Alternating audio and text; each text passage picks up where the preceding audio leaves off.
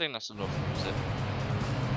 I like how the game demoing pod racing. Although I have to admit, speaking of this little event, it's actually interesting because it still seems like they left half of it as promotional material, which is really interesting. Don't know why. Like half of it feels like half the promotional material was kind of left in. It was even brighter than usual because I've got a heater on. Like that probably illuminated my face because it's really cold in here and I need something to keep me warm. So I've turned my heater on over there. You can't see it, but it's a small halogen heater because my actual heating is way too hot.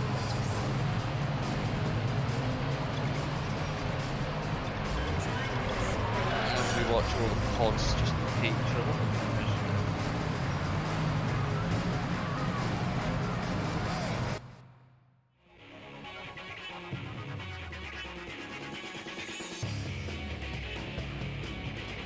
The promotional stuff I mentioned. Still says available now or now on live or something like that.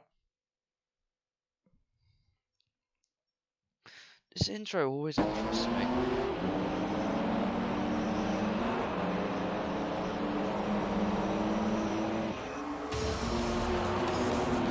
I find it interesting how the DTM cars and the JGTC cars always seem to go really well together.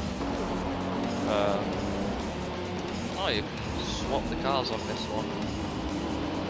Got the AU Tsurumo Supra, which was basically the newer Supra at the time. It was only like 2001.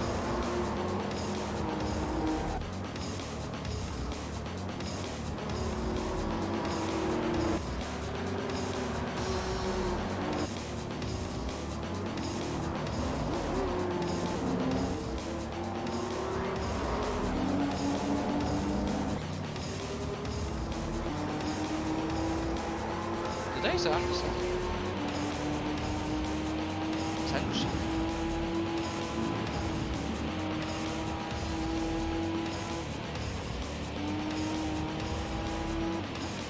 I guess it did. They changed the engine sound for that car from GT3 to GT4.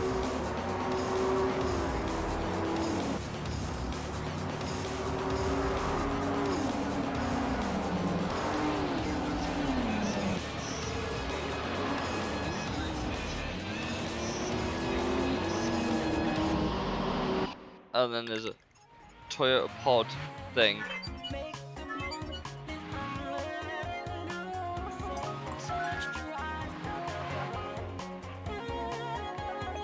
There you go. Another interesting tidbit. I don't know why that's even there, but I guess we know now. And then it's just more of that. I thought I'd show that pod one though. That pod one was rather interesting. Did the pod ever actually come out? I'm gonna Google that. What did the Toyota pod ultimately become? I don't actually know.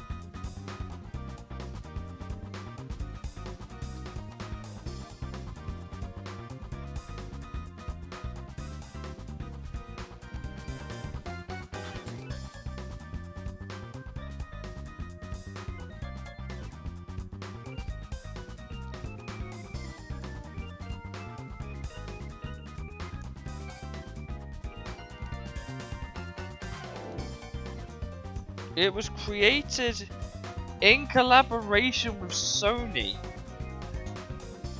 What?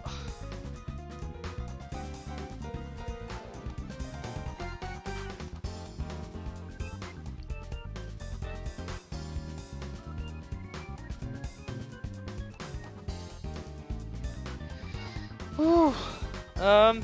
Okay. There you go. It was designed in collaboration with Sony.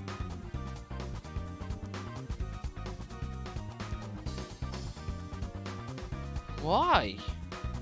To make cars seem more personal? What?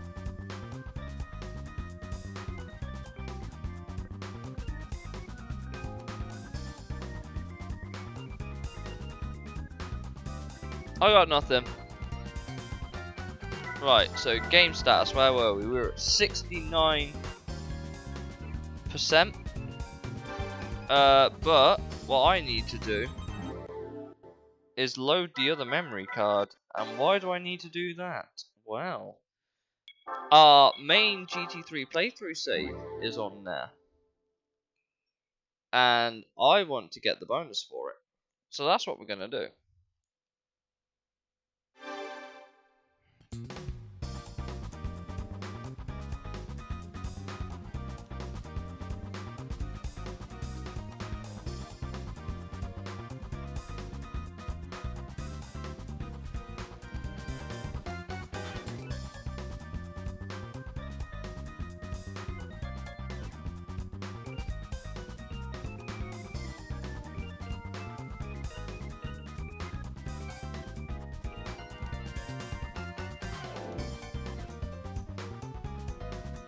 Yeah, so the pod was kind of designed as a thing to make everything else seem more personal, and it would give you like advice in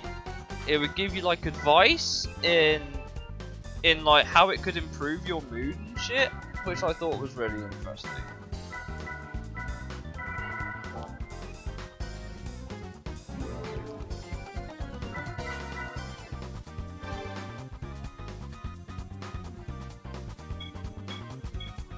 Yeah, so you get 2 prize cards for the license test, and then you get an additional prize card if you do it on professional or unprofessional. Which means you have 3 laps instead of 5, instead of Ace, which gives you 5 laps. Okay, well we know, Swiss Alps 2 gives you the GS6R4, which is interesting.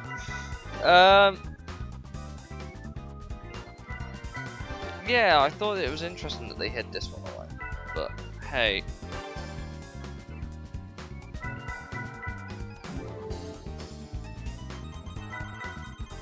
The only ones we gotta do are the reverses, so let's go racing cars and see if there's any rally cars here. Of course there are.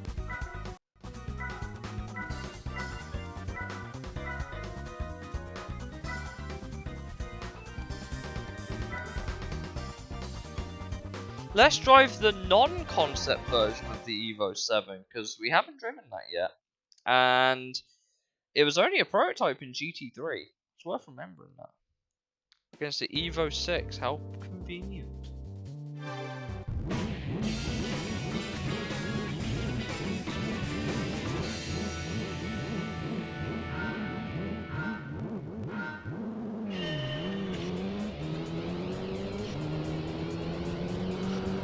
Interesting how they both had the name Tommy on the car though. Okay, admittedly the Evo 6 has it a bit more than the Evo 7 did, but the Evo 7 got it on the front, but not the rear, which was interesting.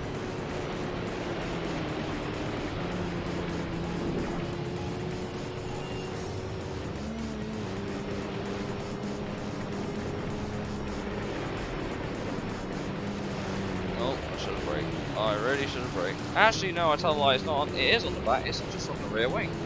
Which it isn't on the Evo 6, like come on, make your mind up! Where do you want the name Tommy on your car, Mitsubishi?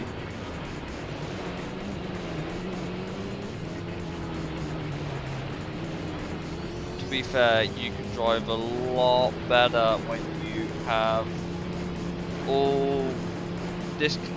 You drive so much faster off-road when your car is actually straight and you're not steering. Well, I guess that goes for kind of all forms of driving. So the idea is that you don't want to slide the car too much, but you need to slide it carry momentum. But it's almost like if you drive like an actual race course, just with less grip. It's quicker. Which I thought was interesting.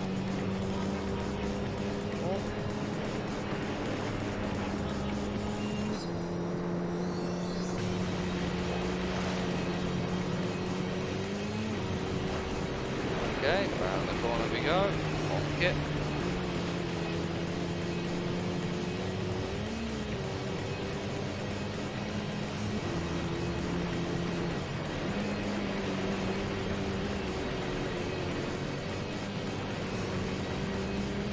So we're actually destroying the Evo 6 right now, which is surprising. But I guess it also isn't.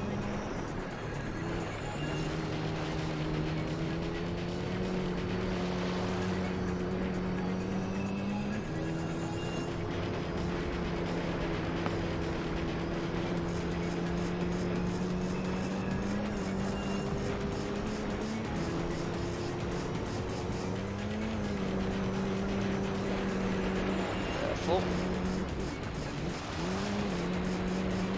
Oh, that was wide. That was really wide.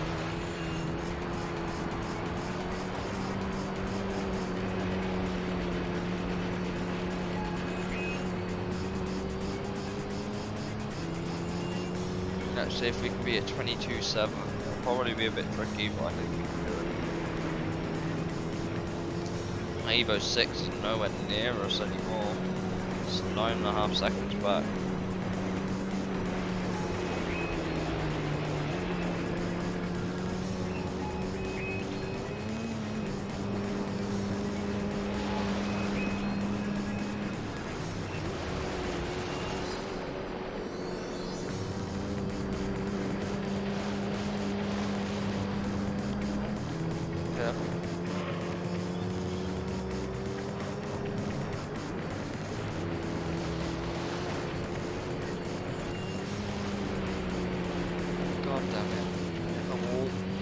If we're going for fastest laps here, we're going to be making errors. This is not a good lap at all. Come on. It's so cold. It's not. I'm not even gonna lie. It's so cold in here. It's actually unbelievable. The weather outside's been atrocious as well. It's not been a good week, but hey, could be worse. Oh, slipping around the bend. And the bridge to the front, second last time. Oh my god, we were 200ths off our best lap. Talk about consistency.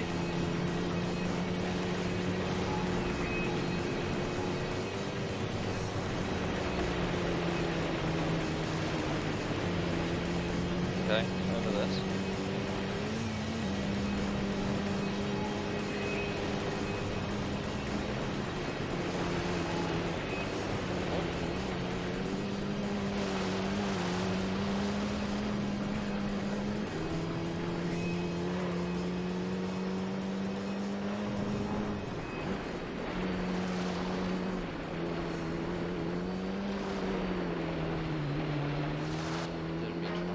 But hey, I guess.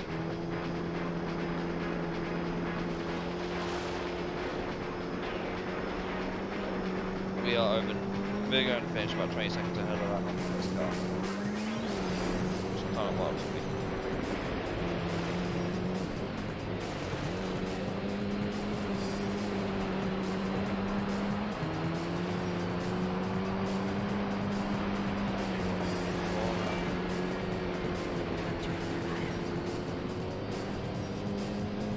All that time. Yeah, 22.2. Let's go.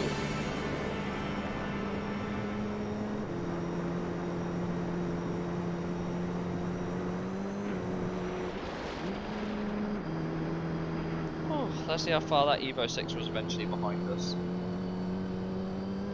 21 seconds. Smashed it out the park.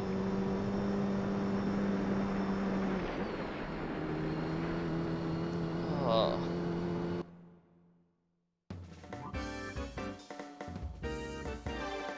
I will receive a prize. Thank you. I'm not interested. I believe it's just a bunch of prize cards though. Now that's a 2003 Focus. Or what would become the 2003 Focus. Yeah, that was a concept car apparently at this time in 2002. But hey, here we go. Is this a Solstice? This is what a concept Solstice looked like. There you go. There's what the concept Solstice.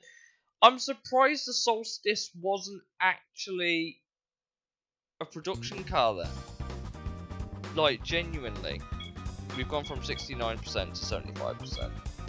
Okay, sure. I don't see many race cars here right now. I think that's a GT90. I think that one. I think that one's a GT90. What else have we got? There's a GS. Yeah, the thingy there. We've done all the tracks forward now. We just need to do more backwards. There's a race car for Midfield Raceway, which is interesting. I don't know what car it is off the top of my head. We'll do race level because I feel like challenging myself. So as you can see, we've done the first half. It just leaves the second half to go. Although Autumn Ring Reverse is interesting, seeing it wasn't in GT3. I'd love to have had it in GT3. It's a fan favourite track. Why would you get rid of it? In fact, actually, it's not even in GT7. It reappeared. It came in 1 and 2, disappeared for 3, came back for this and 4, was there in 5, was there in 6, wasn't there in 4 prologue, wasn't there in 5 prologue, wasn't in sport, wasn't in 7. I don't understand. Why would you cut this track? It's a fan favourite, but whatever, I guess. Apparently, Polyphony know better than the fans do. What's going on here? Oh, it's just cables. Cables everywhere. I don't know. There we go. That'll be better. Right, shall we pick? Oh, you can't scroll right to left again.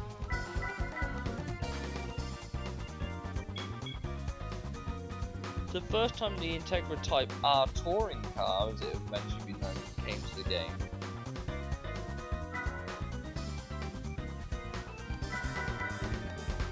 Oh, actually, that reminds me.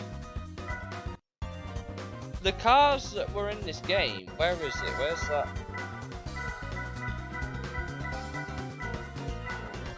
It's not actually here. Look, this is when the Z concept became the 350Z, but it wasn't even out at the time. Oh, where is it? It'll be new car specific if it's not. Or have I not unlocked it yet?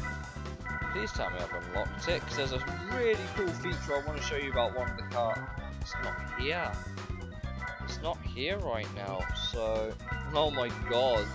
The pre-production SC430 Roadster. Remember this ugly thing? It went on to be very successful in Super GT, come to think of it. But, yeah, that's an interesting one. I'm gonna pick the Honda LM just for shits and gigs. Let's see how this goes. The fact we've nearly completed this game on stream, we'll probably pick up GT3 after, depending on what comes up. What cars are we up against? Okay, that sounds about right.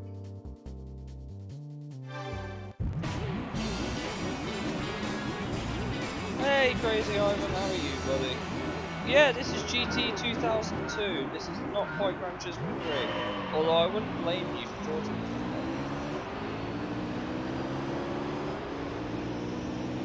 it. Interestingly, this uses the same sound as the normal one selected in the game, which I think is interesting.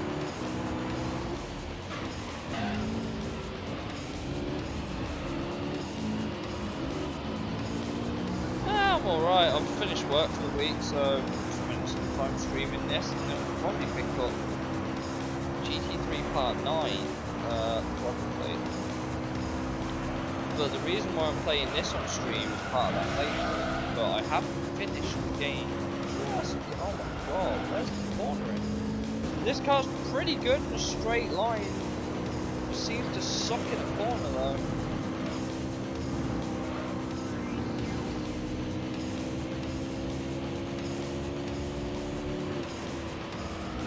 Oh, that was great.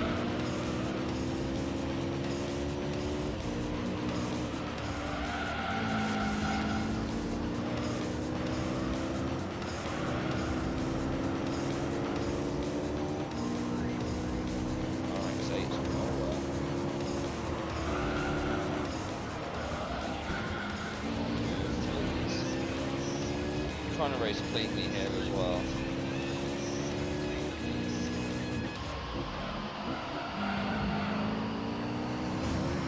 There's a 2001 Supra, which is new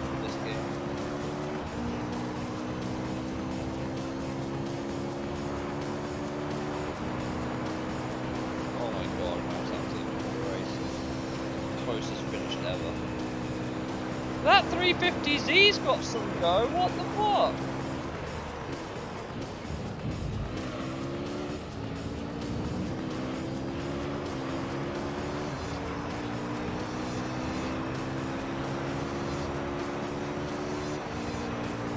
Interesting how this car again uses the old NSX sound effect for the race car, so they completely changed it. And to drive really smoothly, this car just does not want to play an aggressive form of handling, but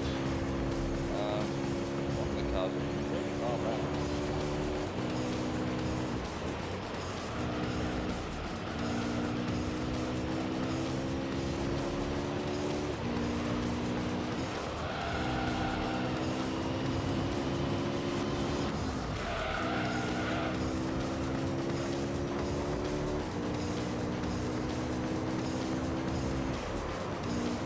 All the weight is at the rear of this car, you don't want to brake turning in it, but oh, I'm sure we'll figure it out.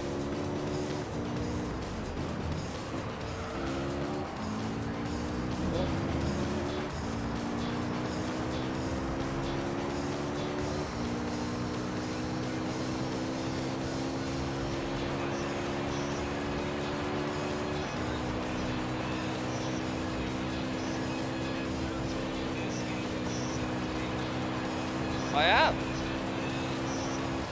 I'm not emulating it. It's just I have to run it through a composite cable, so it looks a bit cuckoo.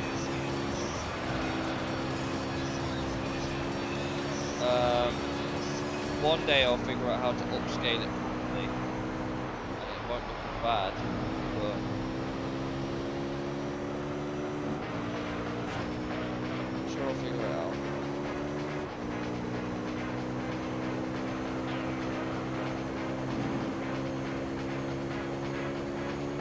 I like how there's quite a gauzy difference between the race cars and racing here. That's surprising me. Like 350Z has ran away from the rest of the AR.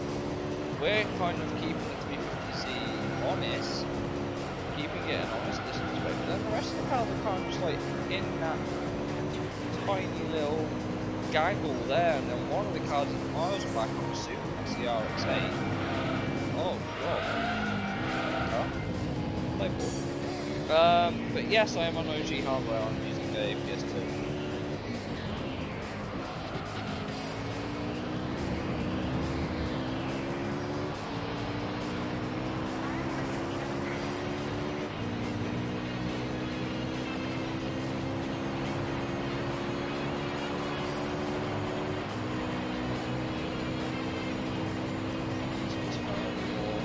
I'm so worried about unsettling the rear of this car because of how easy it is to spin out. The rear just has to go around on you for brake and turn, any level of degree. So I'm trying to brake straight and then ease the car around, but I'm not doing a very good job of that. Just because of how I like to drive.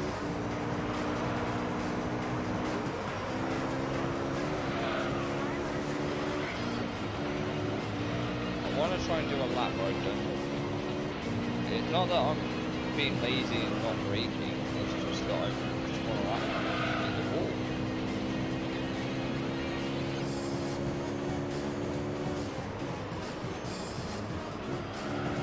Which means just being really, really smooth, although that, again, that 350Z behind me is keeping me really, really honest.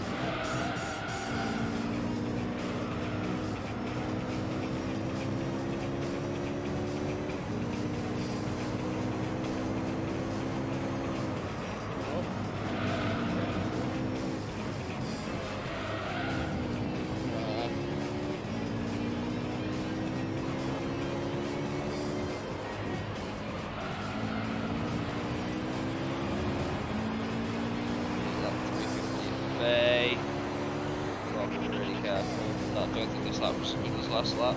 No, it was not. Not by a long shot. It was over a second and a half slower.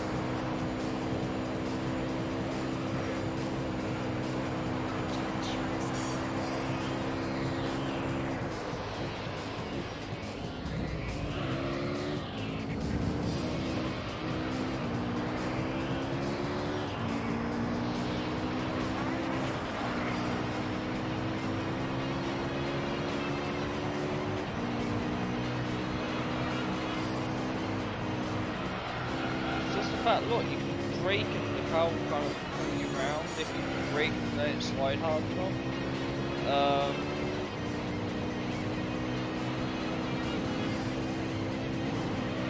This car just hates doing that, it hates braking and turning. Like look, this corner, it kind of requires you to brake into the turning point of the corner and then I'm stopping like. Curbs and settle there as well.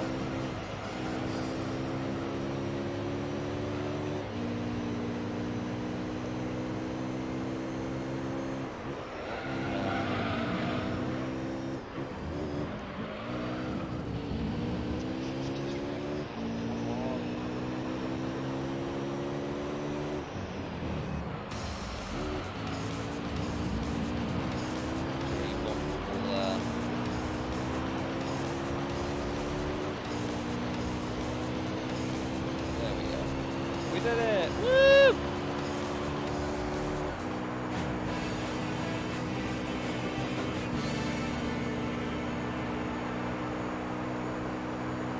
Wow, okay, it is not the car I thought it would be miles at the back there. It was the Hiroto GTR that was all the way back there. Did it spin out or something? What happened to it?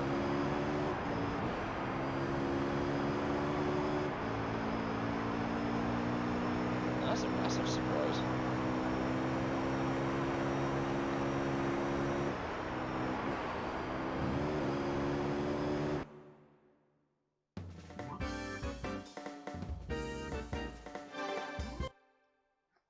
Great, I'll receive a prize.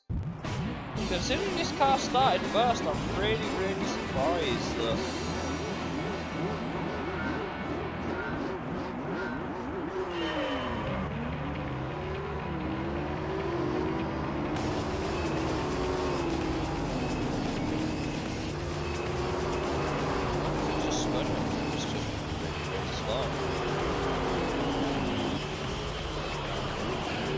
I can't imagine being that much slower than the A1. But now I've seen everything in comparison.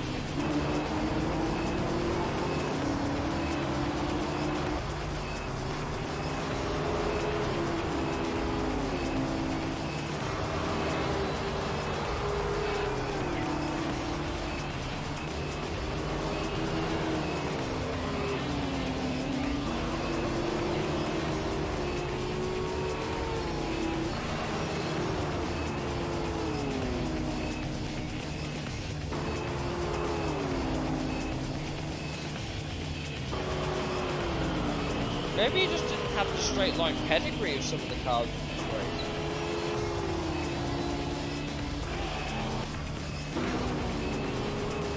All the cornering ability, I like it.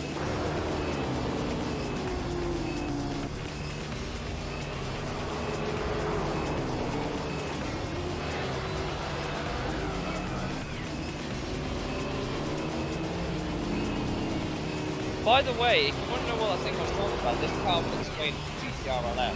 This was the first game in the Gran Turismo which used the seamless shift, like the plastic paddles. You can tell because it doesn't black out the gear when it changes, it instantly changes. Which is really cool. It's the first thing to think about that.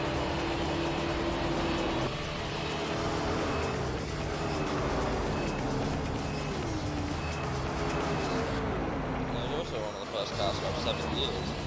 Well, I thought that was a really cool feature about this game.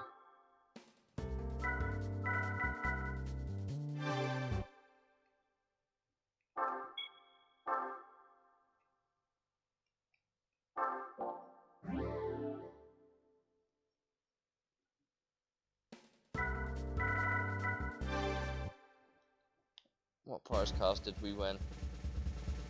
Gimme. Big money. Got an Audi. The RS6 actually. Concept RS6, remember that? God damn, this game's old as hell. What is it? Oh, is this a Chrysler Crossfire?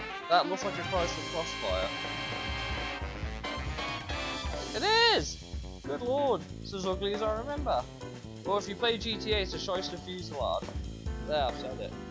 God, what a price I think for that car. Genuinely painful.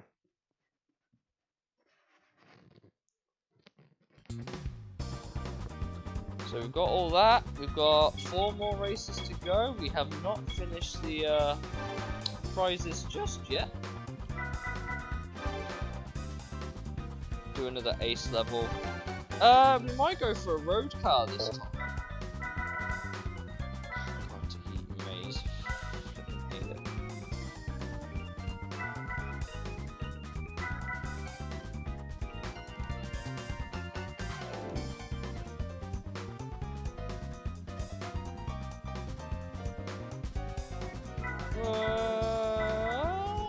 Swiss Alps.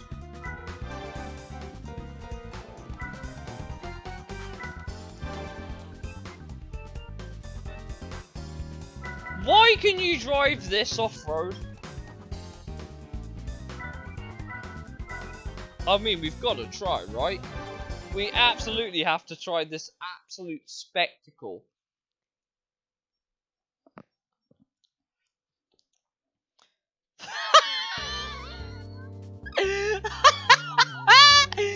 You ain't seen shit before. You guys ready for this? Because I certainly ain't. Please tell me this thing is half competitive and I'm just gonna get my ass wiped.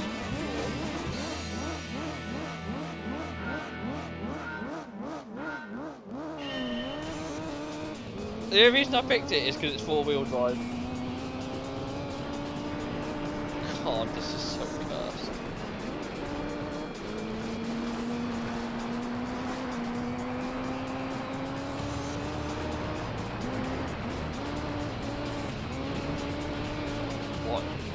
Why? Why can you do this? I love the fact you can't. Oh my god, we might actually have not enough regular speed to deal with that RSC. We might actually struggle. I'm gonna have to drive really, really well.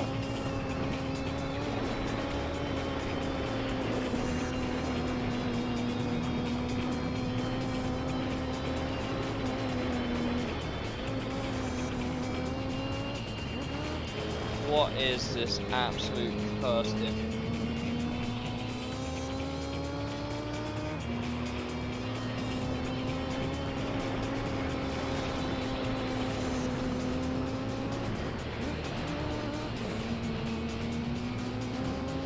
I mean, I love that you can do this, but even so, why?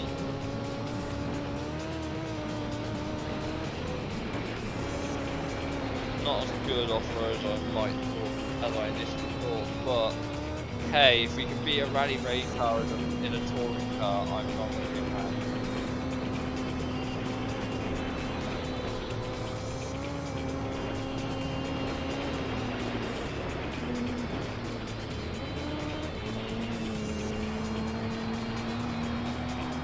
So far, that's how it's lucky driving really, really well. Steer. How does this understeer? You're on dirt! Would your diff not be set towards the rear, maybe? Bonk. Oh.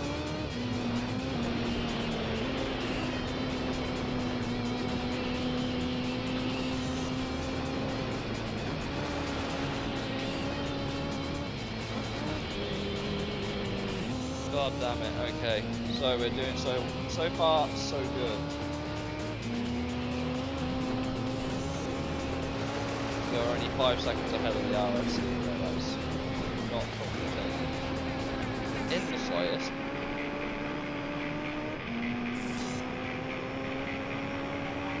Oh, careful, too greedy, too hard.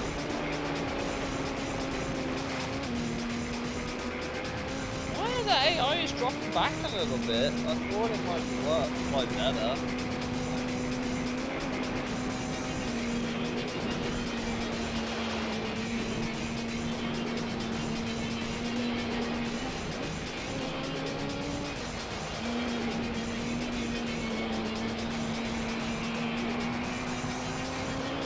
Careful.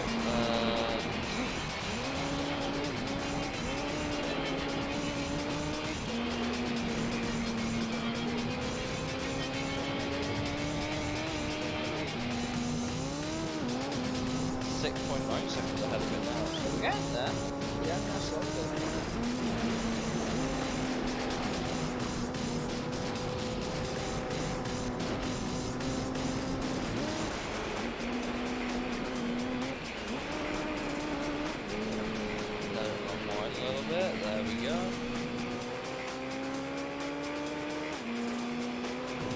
again, why can you drive this car from surface and start to stop?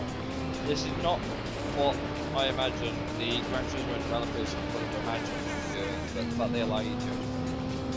And over the big jump, whee! Car tries to do its best Mark Webber impression. That was just terrible.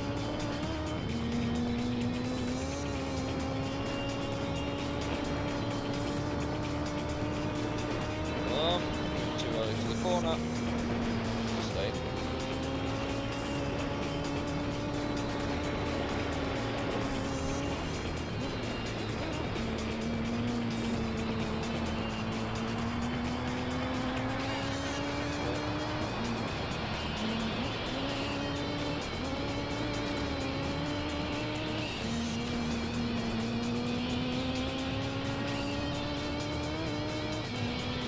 I like how both Gran Turismo 4 and Gran Turismo 3 wouldn't let you do this. They would never let you get this car, partly because Gran Turismo 3 isn't in it. You can't drive anything but these like the rally cars, unless you have the dirt tyres for a certain car. Or Gran Turismo 4, which would let you run this, although I might be wrong. I could very well indeed.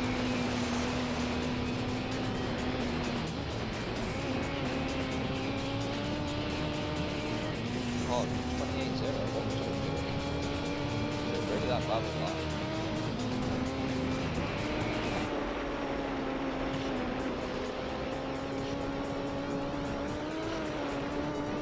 So that corner came early in the third.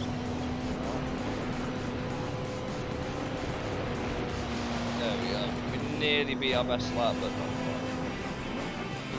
Why can you do this?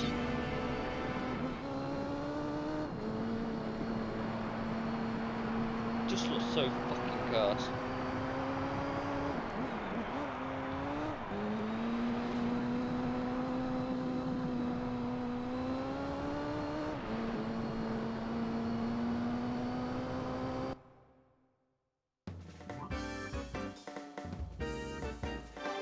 Yay, new prizes! Woo!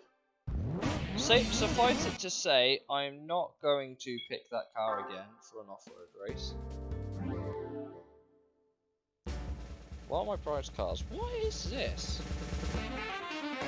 It's like a 350Z Nismo? Yeah, I guess. I guess it was just a 350Z Nismo model. Which is, quite cool. And this... Oh, of course, we had the GSX-R4. So for those who don't know, this is what happens if you put a GSX-R engine in a car. You can drive this off-road as well. Although I don't know why you'd want to. It's a cool little car though.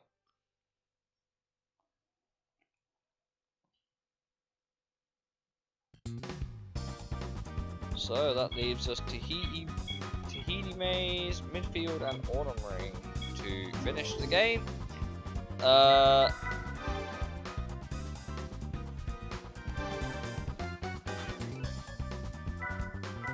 We'll do midfield because I'll probably finish on midfield raceway. Well, I want to know, is this where that Nissan was put in? Don't know actually. Might have it been a concept car?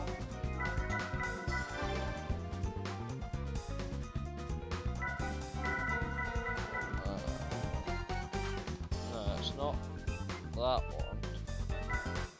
Ah, it's the Gran Turismo Aero, okay.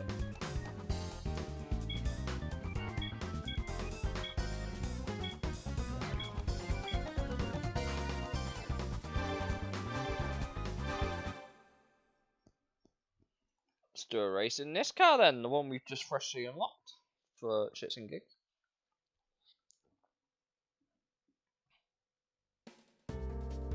Huh, okay.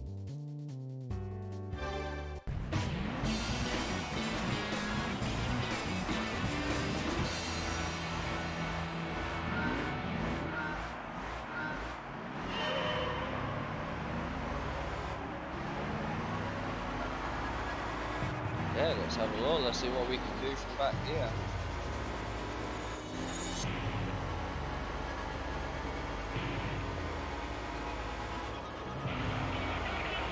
Well, we definitely outperformed. Well, claims that's worse.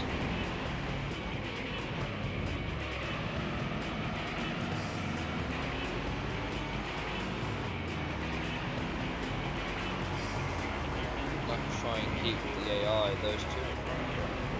Well, I think that's GTRs actually.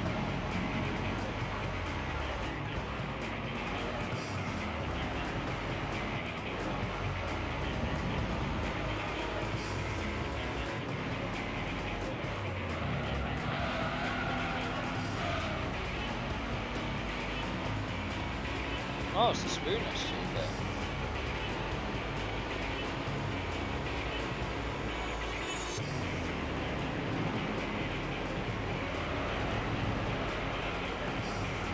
Alright, okay. Let's try this again.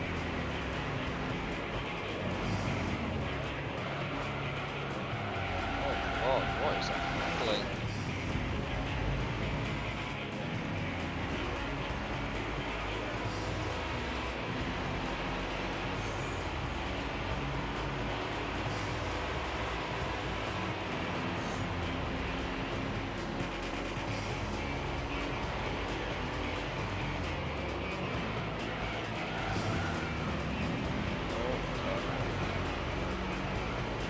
I assume those GTRs are generating very bad performance now, I'm assuming.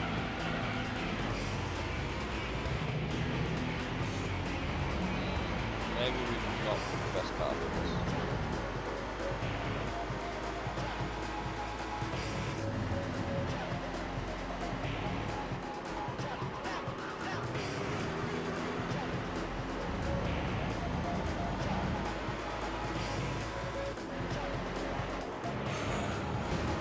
Why have you put me into I mean, sure, I put it on hard, but this is excessive.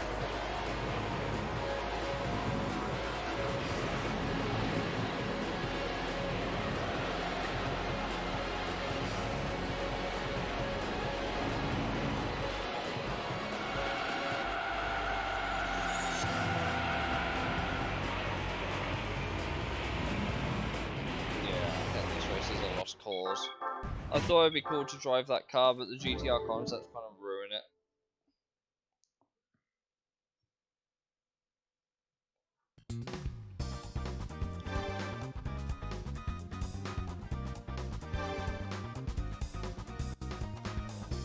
Guess we'll stick to racing cars then. Ah, I forgot about the car in the accident.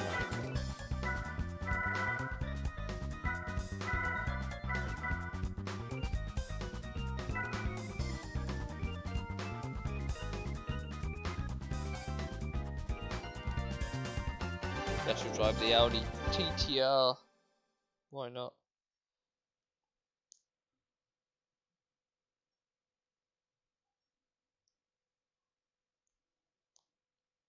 Oh, okay. Another bunch of duplicates, but I'll take it.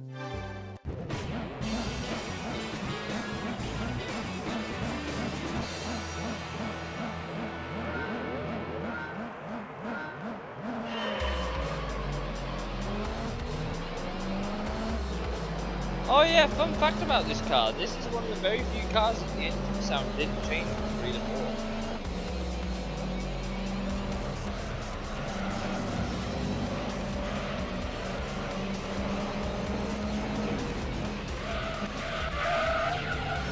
That's just box. Let's see. No, so you can get overalls in GT3. In British, in the English, you see. A Vauxhall, which you can't do in the other game.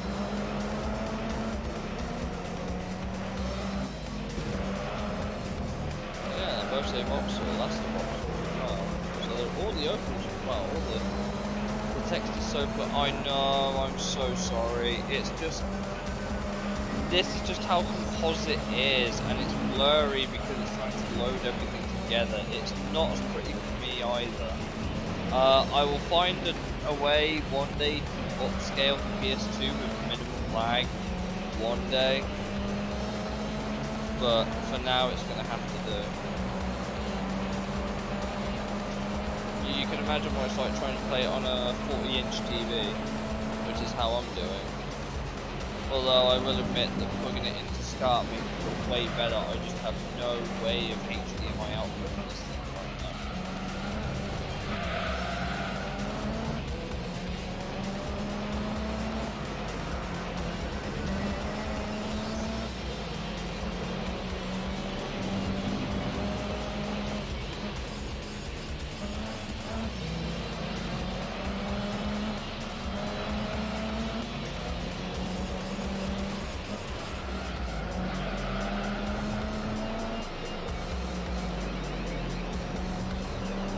But yes, OG hardware really did look like this. Although to be fair, you can sharpen it a bit if you put it on RGB.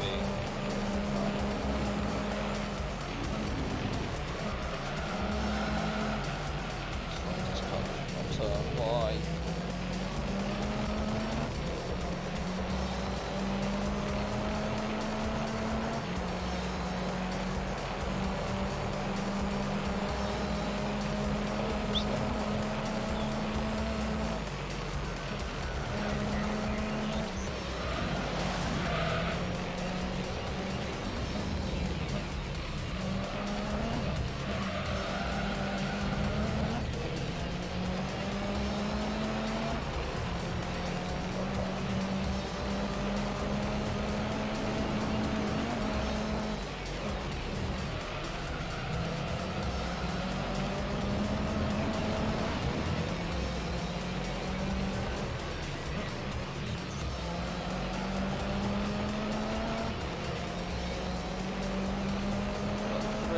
Out of 5 laps.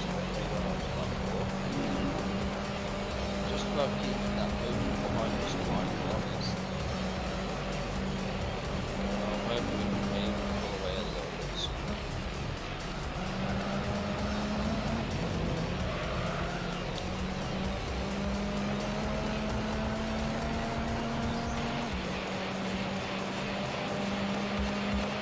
Interestingly, this car isn't turbocharged like the others.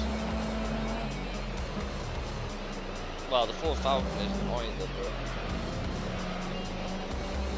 pretty sure both the other touring cars are turbocharged. But this one is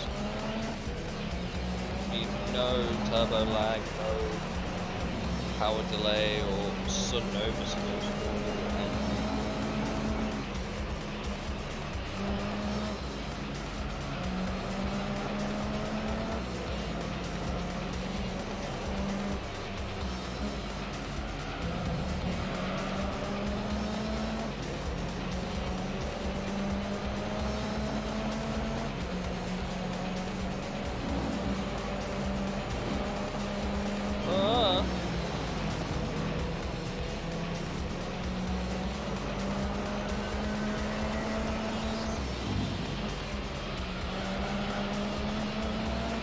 I always remember this car from Gran Turismo 4 for the car with having the blue brake light that lights up whenever you hit the brake. I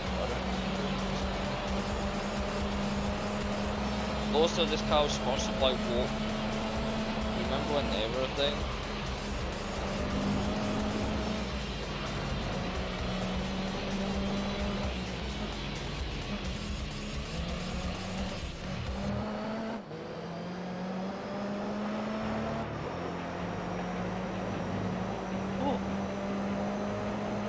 Let's see, can we beat a 1:11.2? Probably not.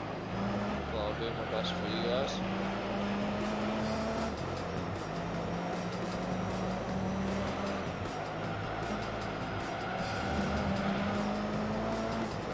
That will not help.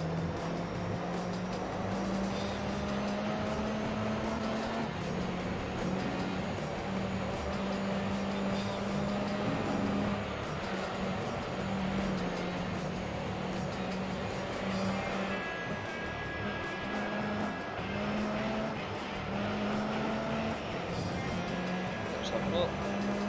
1.7, 1.8, 1.9. 10. Oh! If I didn't bump that wall, I think we might have done it, you know.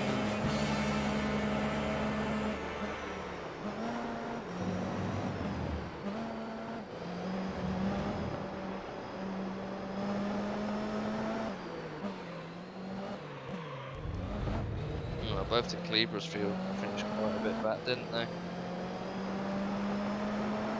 God damn it.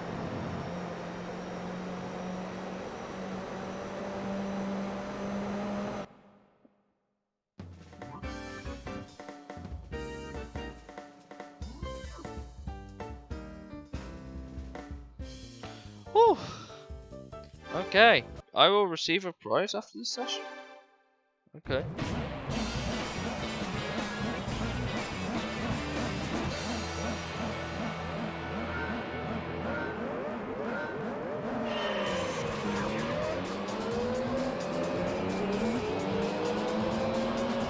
There we go. 2 more races! Wow. What car is this?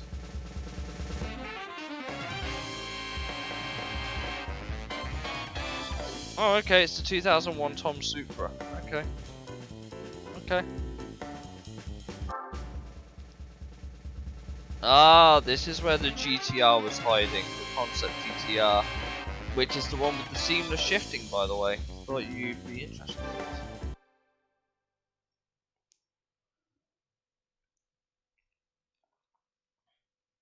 this. Right, 2 more tracks, 2 more events, 4 more cars, 3 questionable cubes we have to unlock down here.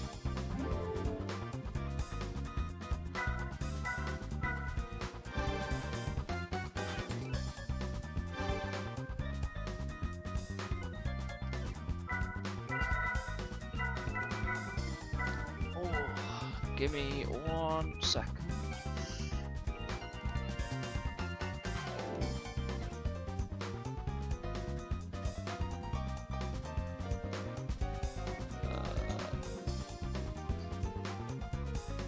Oh my god, I keep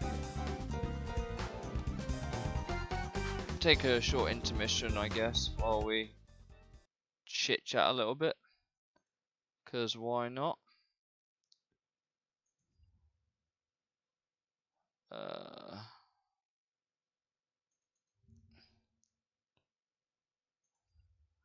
Give me a second.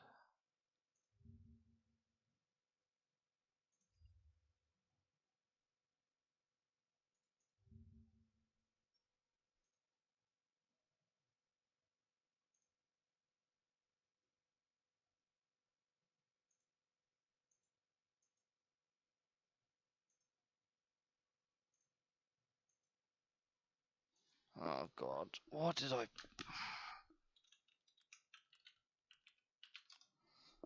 Is that right? I don't know.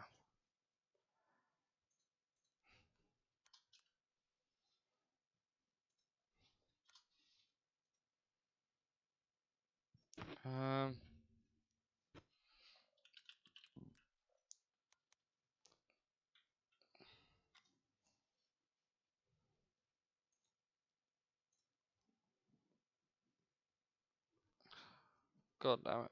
So, how are you guys? You guys doing well? Let me know. I'm just quickly trying to do something on my PC.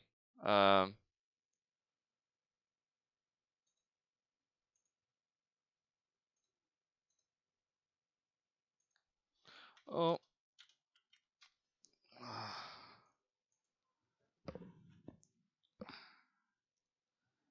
God damn it. Uh,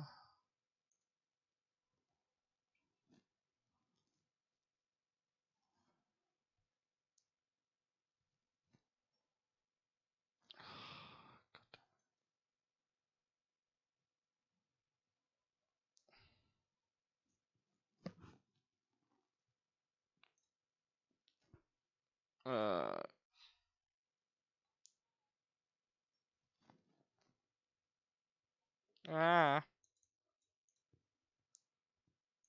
Like I said, I'll be done in a moment.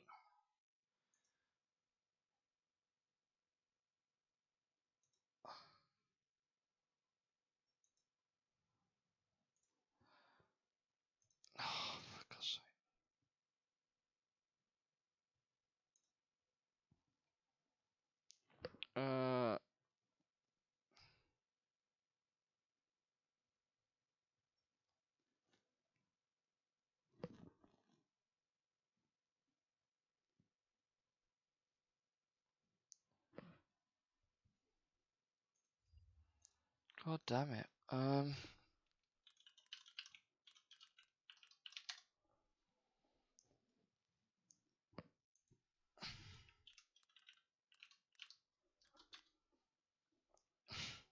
damn it. Okay, that's gonna be an issue.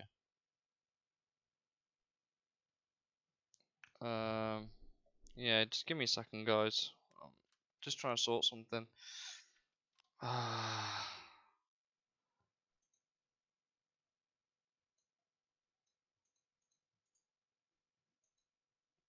I suppose I should play some music or something.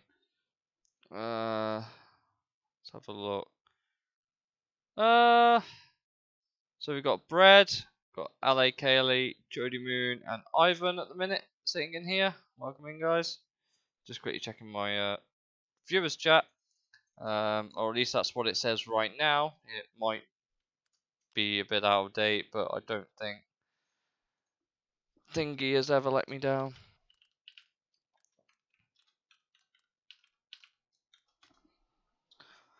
There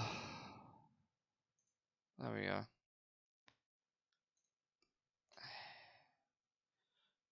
Too much verification. Hate it. Who's redeemed hydrate? Oh, redeem hydrate in a minute. Give me 1 second. There's one thing I really wanted to check on my channel, which is might be create a dashboard actually. Yeah, okay, leave that there. We've done that. We've done that.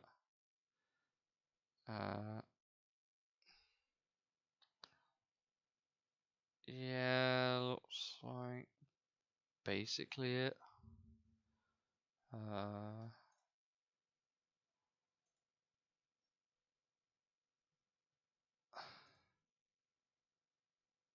Great, thanks.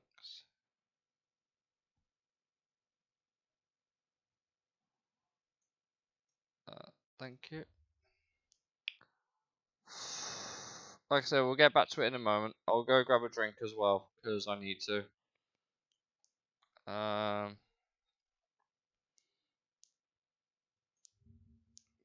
damn.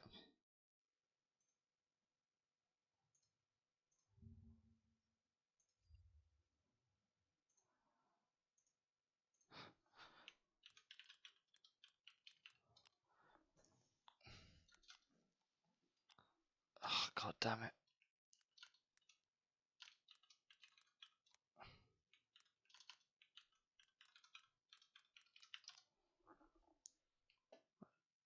What do I... No? Okay. God damn it. Okay. Ah! I really should put like some background music on or something while I wait, but I guess I'll deal with some of this a bit later.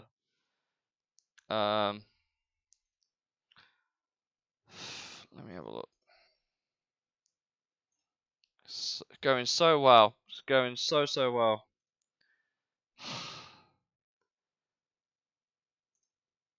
Going so well indeed.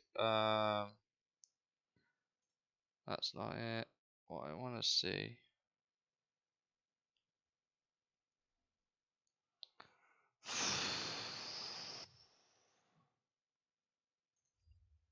God, why is everything so complicated? Like I said, we'll get back to thingy in a moment. Shouldn't be too bad now.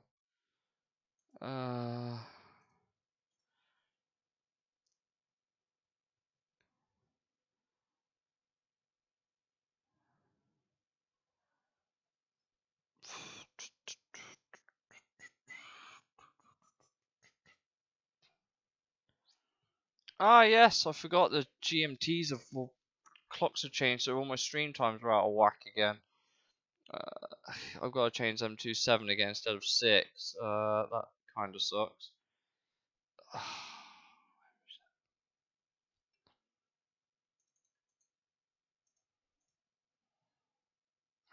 How do you even check?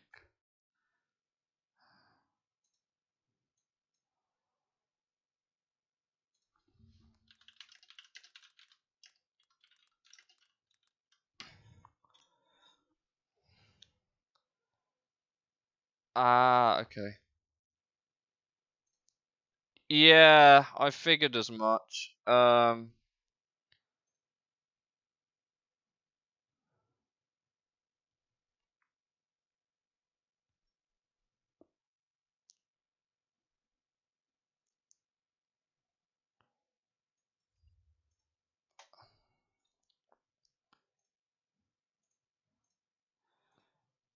I figured that they would be as much. Like, it's not that they're bad, it's just that a good one without lag is the issue.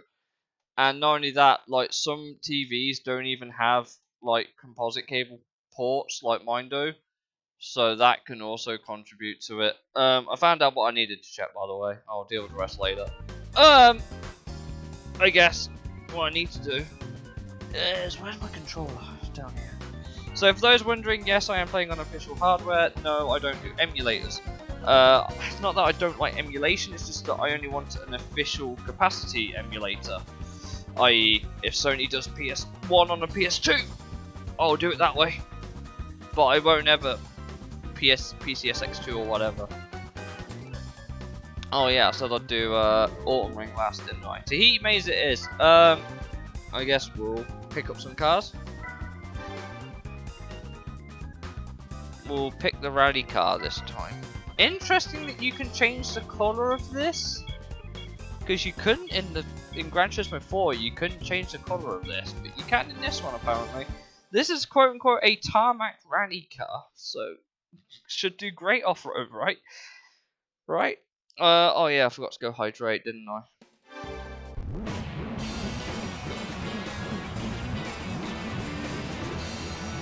We'll finish this race and then I'll go toilet, hydrate.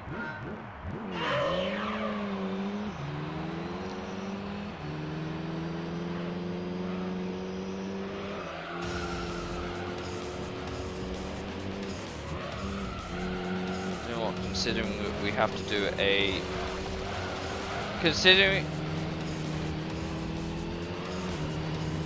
the M Classic claims no lag. Yeah, but I think I can't remember which one it is, but there's like a £200 odd upscaler that's meant to be really good. But I don't have that sort of money right now, and to be fair, I'm looking at getting the new phone. Speaking of phones, what phone do you guys all use at the minute? Actually, it's a good question. I've been using a Motorola G7 Power for about 5 years now. Really old phone. Not that I don't like it anymore. It's just that I just don't think it's sufficient for what I want to do. But whenever I want to play games, it's starting to struggle a little bit. A Nubia Red Magic 5S. I've never heard of that one. Can't say I've ever heard of that one.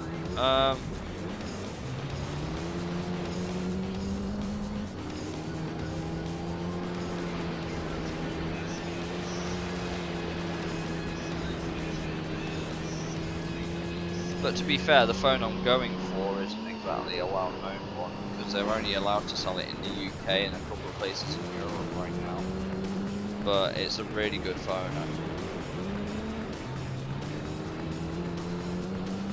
so games I've been playing on my mobile are things like Need for Speed No Limits, Mortal Kombat, those sort of like quite heavy graphic games that are quite large.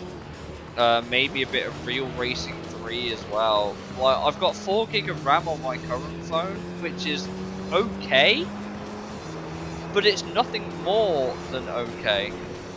But it also only has 64 gig of storage. So I don't know, because I'm looking at a phone called the Nothing Phone 1, which recently came out, is what I am looking at. It's kind of like the best of a Pixel 6a and a OnePlus Nord 2, but it's kind of in the middle of that ballpark. It's like 350 quid on Amazon. Obviously I work a full-time job as well as stream. None of my stream money's going on that, so I'm paying for it out of my own pocket. But I'm looking I'm looking at that. I was debating a 6 or a Nord, but I guess I kind of convinced myself to get the nothing phone just because it's different. It's different, it runs Android, it came out this year, and it's meant to be really high quality, so...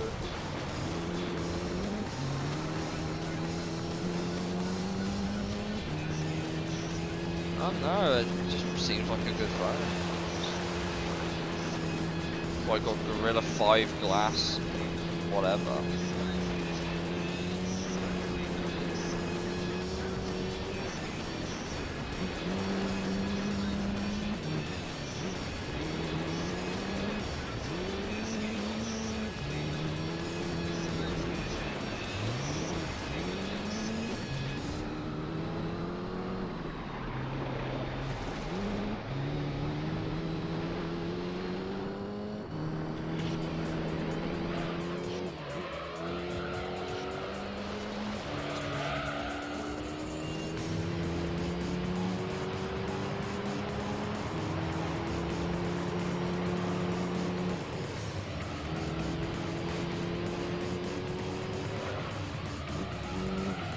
But yeah, I'm looking at the Nothing Phone 1, which if you Google it might come up with some results for you, Ivan.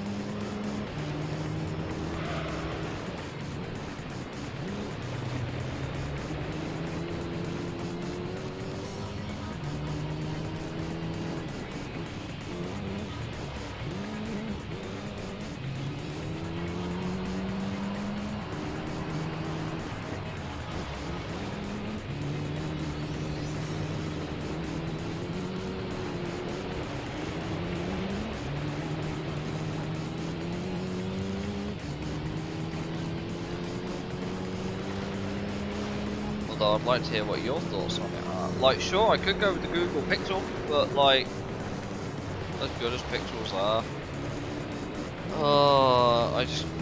it's not the 6A is not the newest model, which is the issue I have. And the Nothing Phone is supposed to get like 4 years of updates, which for someone like me who uses their phone a lot and doesn't really upgrade, that's a massive selling point for me. The fact it's going to get 4 years of support and it came out this year.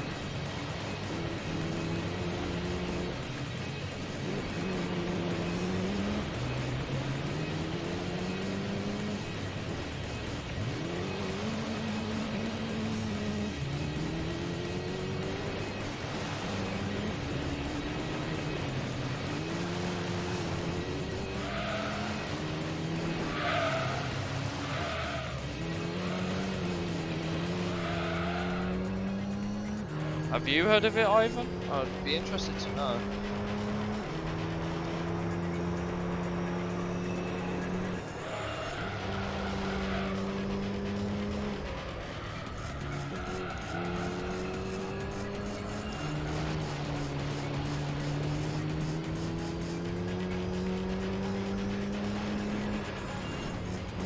Oh, fair enough then. Let me know what you think, because it's just a really interesting phone. Like I said, everyone knows what a Pixel is, I guess most people know what a OnePlus Nord is. I think the issue I have with the OnePlus is the fact it doesn't run Android anymore, but it's a really, really good performance phone. The Pixel has Android, but it just isn't in the spec department, it's slacking that. Like 2 gig extra RAM is not going to help me that much, but 8 gig of RAM and 120 gig of storage is pretty good. I'm looking at paying it off over a few months rather than all in one go.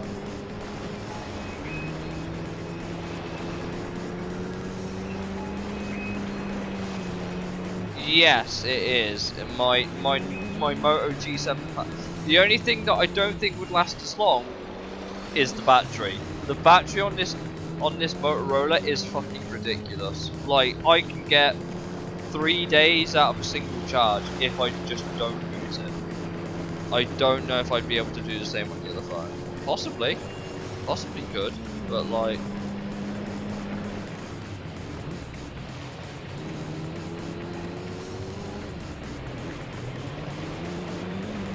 It's also so I can leave it upside down and know occasionally any particularly important ping notifications, which is what you use the glyphs for. which are pretty cool. Like, I think that's a really useful feature. It could be used for too many, and you're probably going a bit crazy, but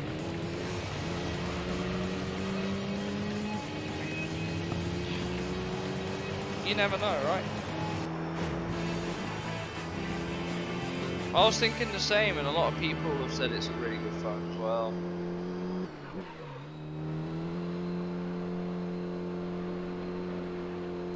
It's basically like an iPhone on it's meant to be like an iPhone on Android. I'm pretty sure, or at least that's what they're trying to aim for. I'm gonna turn my mic down a bit so I stop peaking the audio. But yeah, I've heard good things about it. I've kind of convinced myself I'm gonna get one. I'll just pay it off over 5 months. It'll probably make living a little bit tricky in the short term, but I've just got to stop buying expensive things basically. If I pretend I don't have the money, then I pretend I don't have the money, and there we go. Oh my god, we've unlocked the pod! We've unlocked the Toyota pod! We've unlocked the pod! We've unlocked the Toyota. Yes, I am aware, but they have their own earbuds. Their own earbuds are pretty good. Oh my god, we got the SL. That's a lie. It's meant to have 2 SIM card trays, and one's meant to hybridize as an SD, micro SD card slot. But then again, I have one in this phone. I don't even remember how big it is actually. The SD expansion. But their website claims it has the SD expansion. So, but I am aware of the no headphone jack. But like I said, everyone's going for these wireless earbuds anyway. So you know, I guess. Right. I'm going to grab a drink for the hydrate that you redeemed, and I'm going to quickly go toilet, and then I'll be right back. So give me, hello, yeah, give me a couple of moments. I'll go grab a drink, go toilet, be right back. So I'll leave it on the screen for you.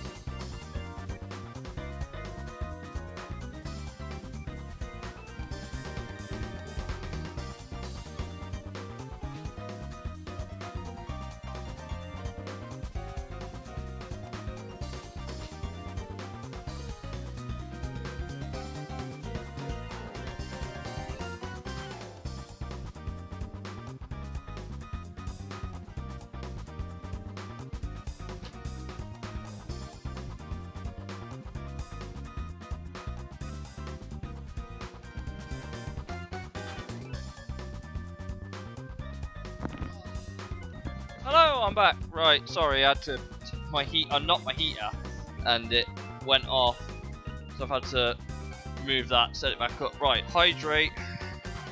I've got a can of Strongbow here because it's the end of the work week, so bottoms up. Tastes like apples. No surprise there. Right.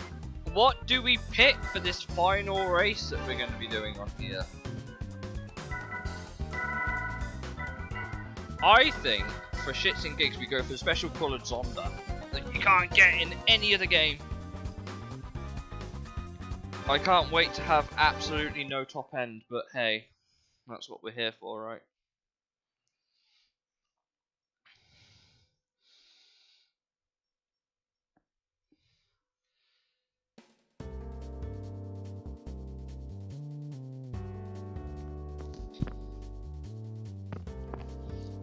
Oh, okay, here we go.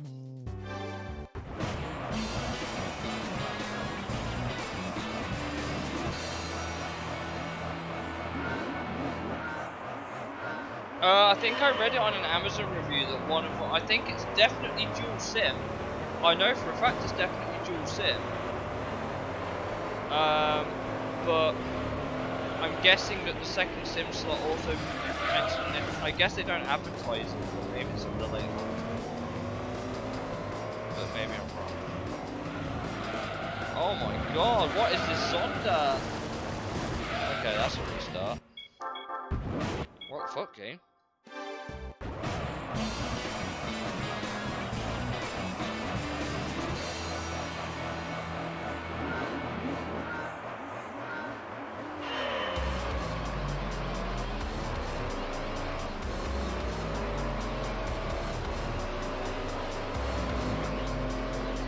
Why is it pushed against the ZZ2? That's ZZ2's busted. Yeah, I saw 18 hours, but is that of constant use or?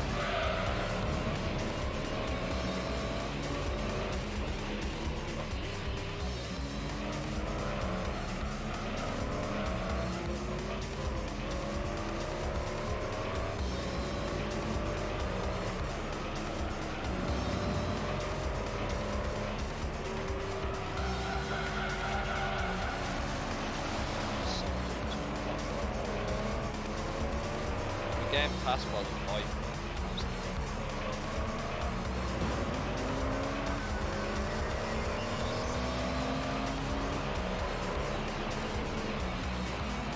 Such a heavy car.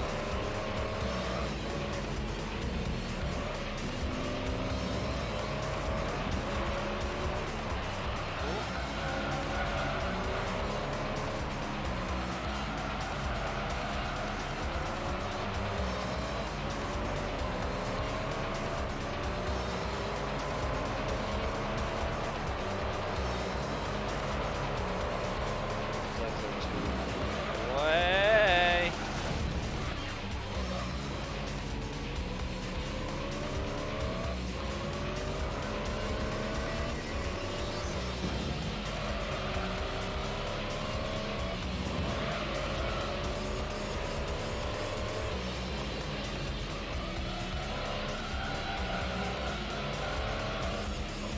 That car in front has four-wheel drive though, so it's a bit of an car to overtake. The fact it started first doesn't help. I think that's the other issue. Stop sliding!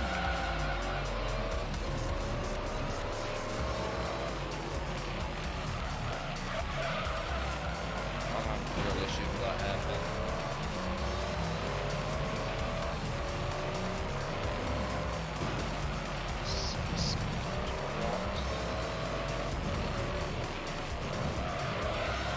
The lack of ASM is... Oh, this does not turn. I don't understand why. Can you turn, please?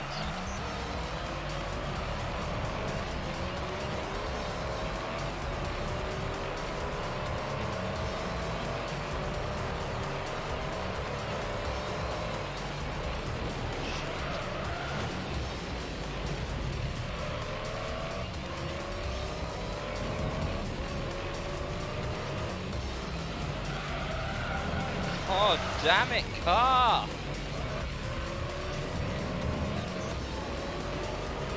If I can keep this car in check, I can catch that damn ZZ2, but this car wants none of it. Stop hitting me.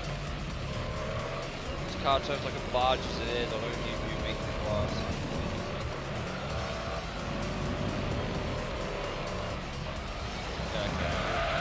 Okay. That ZZ2 is a load of bollocks. Why is it putting me against what is effectively a race car in this thing? Come on, game. Be fairer than that. I want to try that same car again, but I don't want the ZZ2 to be there. Or better yet, I could turn ASM on and just die.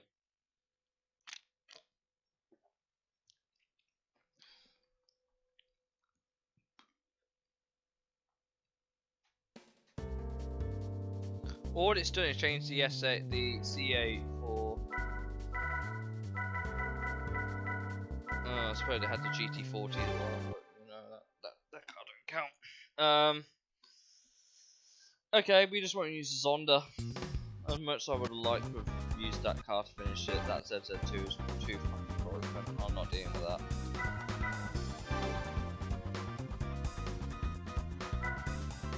Like the ZZ2, I don't even think we have a mod, do we? I don't think we even have the ZZ2 on that. Can we use the pod? Oh my god, can we use the pod?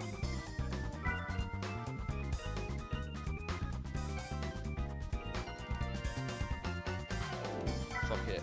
For shits and gigs, let's use the pod.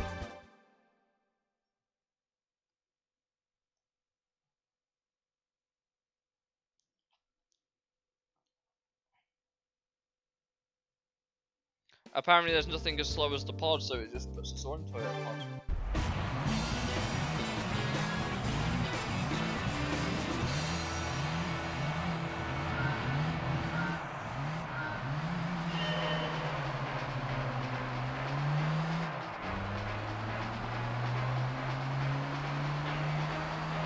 Going pod racing and not on a Star Wars car.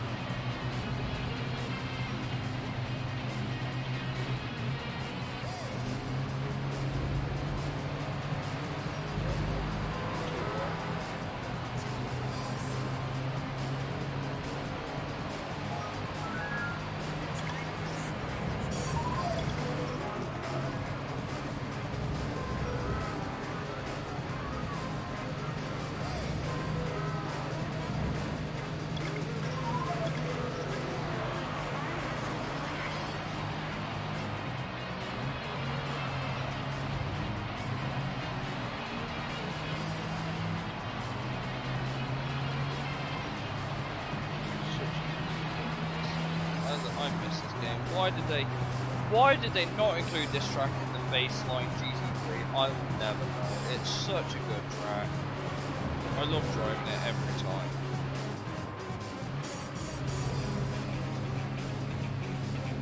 Really make this race a race to save progress.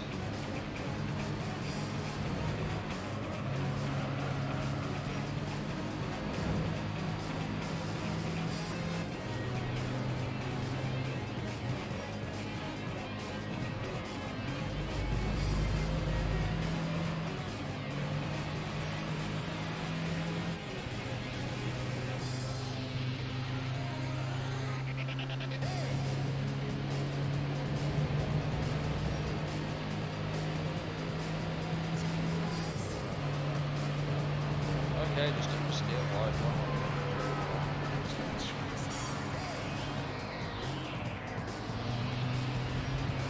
Oh, so if you go off the track, the car goes blue, which means it's sad. If it hits something, it gets angry. And if it's going really, really well, it goes yellow, which means it's happy. God, the Toyota Pod was such an interesting car. Why did Toyota think this was a project that needed to be done? They did make this car, it just never went into production.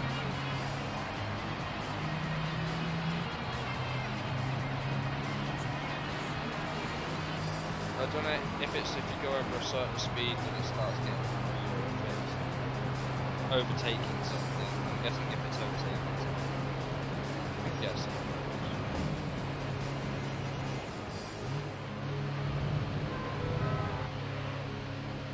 It does make noises every time.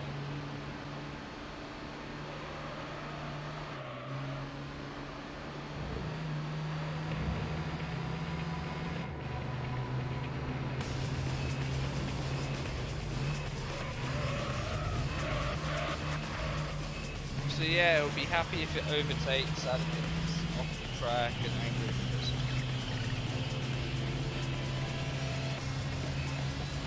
Oh yeah, we went nearby another car, so we got that. Such a stupid car. Why did they? Can you imagine if Toyota actually put this car into production?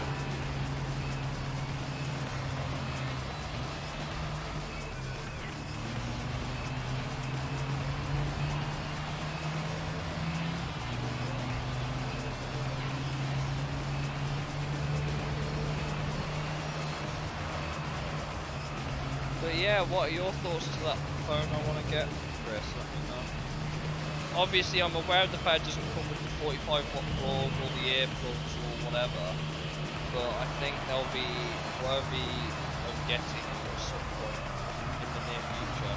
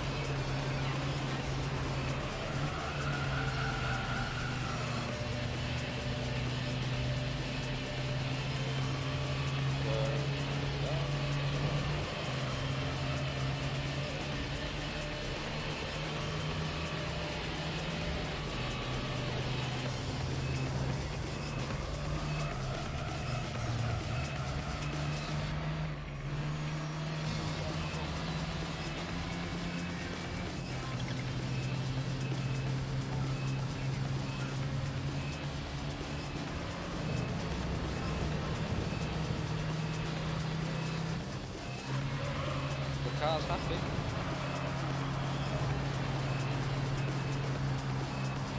The car seems really happy for some reason. Why is the car so happy?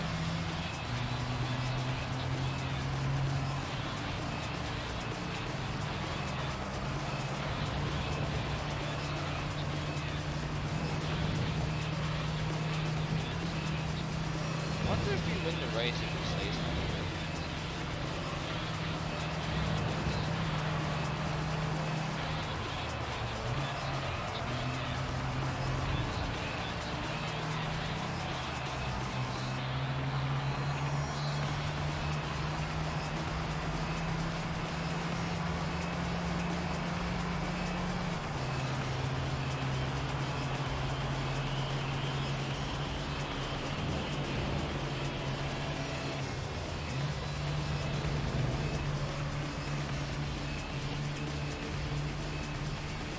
Seconds ahead of the next place. Oh, that is a smooth jump from that corner.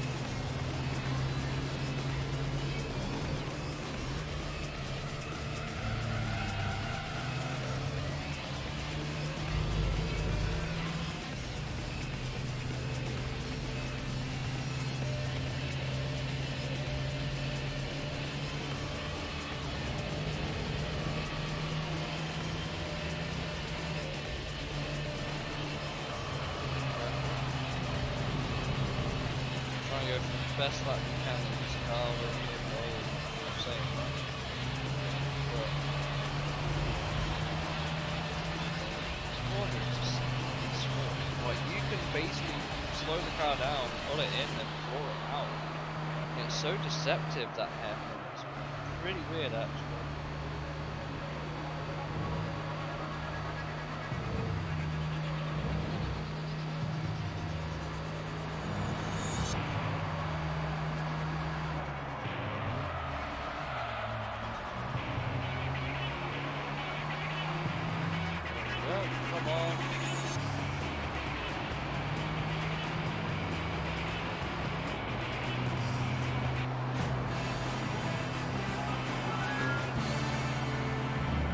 you go. It does make a noise when it wins.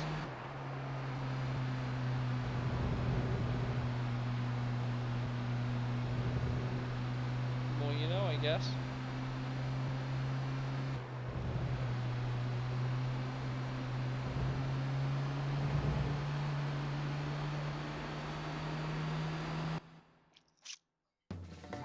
Okay, so that is basically GT concept completed.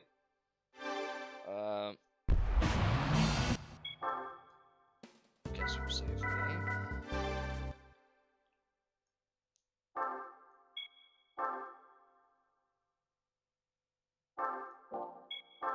And since I have completed it on this save, I might as well complete it on my other memory card.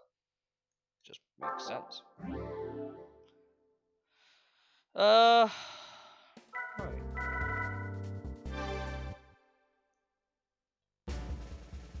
What prize cars did we win for all of our efforts? Driving a Toyota Podman in 15 minutes. A Hyundai, I think. And the W12 Nardo, which is a good way to finish. The Nardo I don't think ever went into production, I don't think.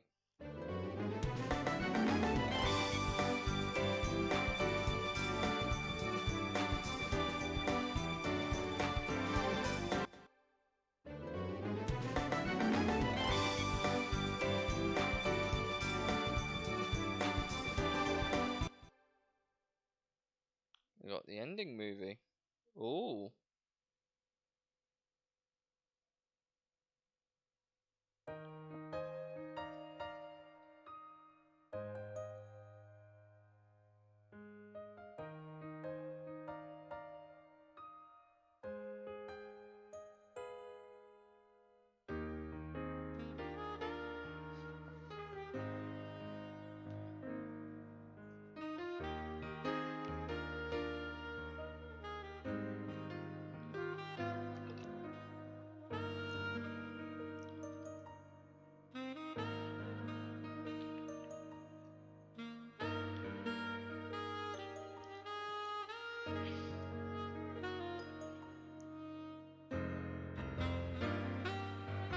Cheating Laura.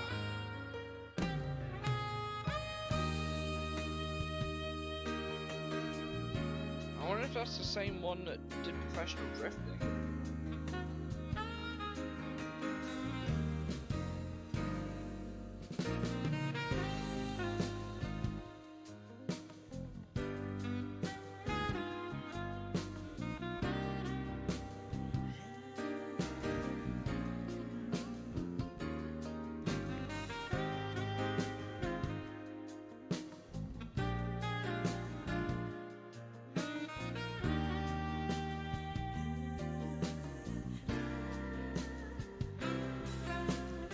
So, I guess everyone is wondering,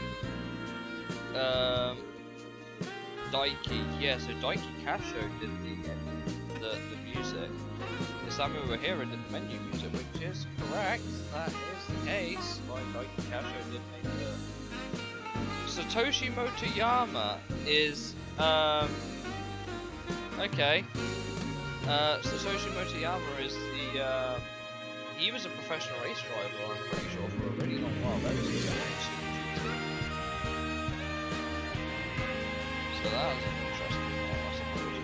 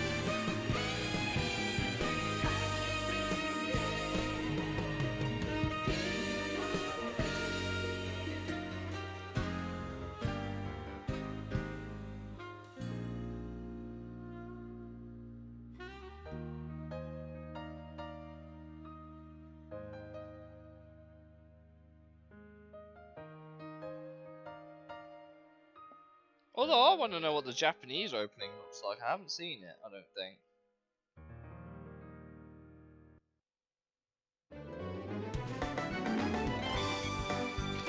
And that is why we wanted to complete Gran Turismo concept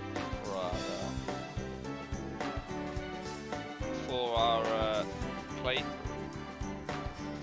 because you get a free 10 million credits. You'll be surprised how little that actually is in the GT3 economy, but hey, I don't blame you guys for these games. Which one's this?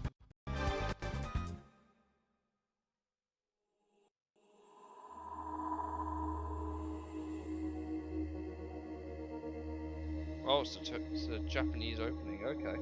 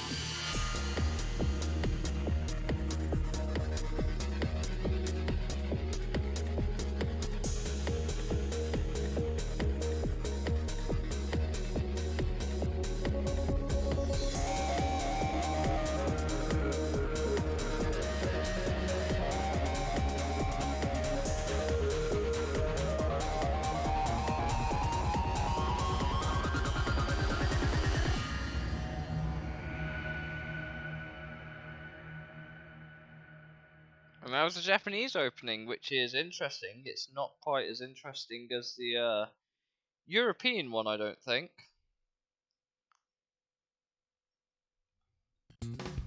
What's this? Oh, that's the ending movie. We've already seen that. Which means that our third one is our 10 million credits. Obviously, the fourth one is still the pod race, but we've just done one.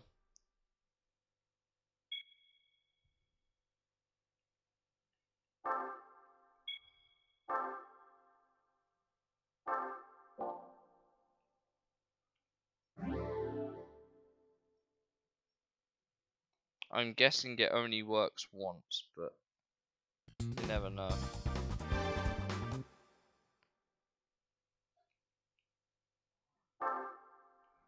I'm guessing it only works once, so it could be funny to try it again if you wanted. But like I said, this never came out in North America, so they never had this opportunity. And to be fair, this game is always a good bit of fun to play through. It always is. Very unique game. Very, very unique game. Although I don't actually know what the replay theater is. What's the demonstrations? Do they have the demos? What are the demos?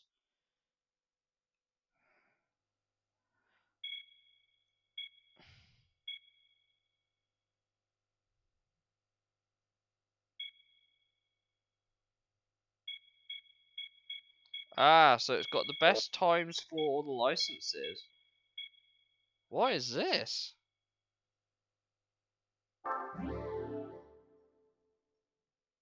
I don't think I've ever seen these.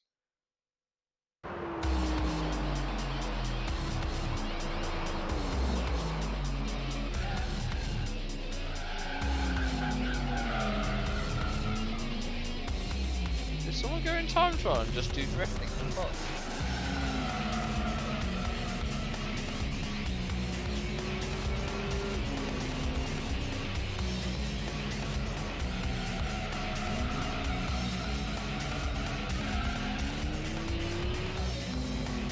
That's interesting. Someone at the development team had a load of fun there, because all they did was drift by the look of it.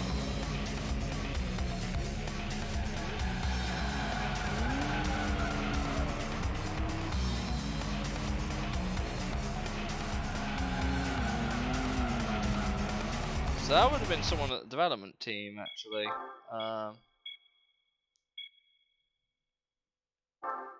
Yeah, very interesting HUD as well.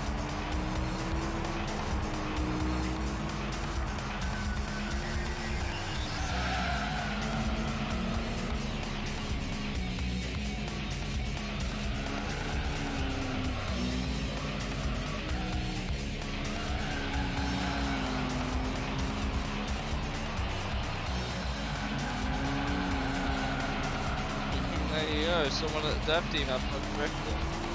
The more you know, I guess. There's also a 2-player replay here, which I didn't do. I'm assuming this is again someone at the dev team just having a bit of a laugh.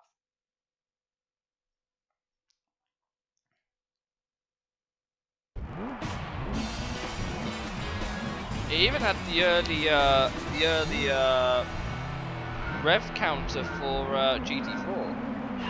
You can tell how much they had to turn the graphics down to make it work. Look at that.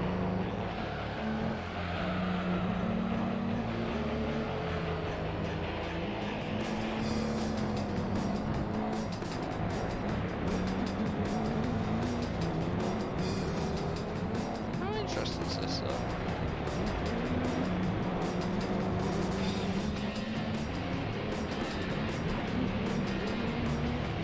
Looks like someone was on a wheel and the other one was on a pad.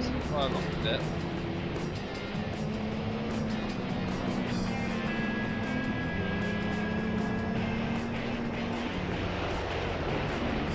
Because the guy on the left is driving a lot more smoothly compared to the guy on the right.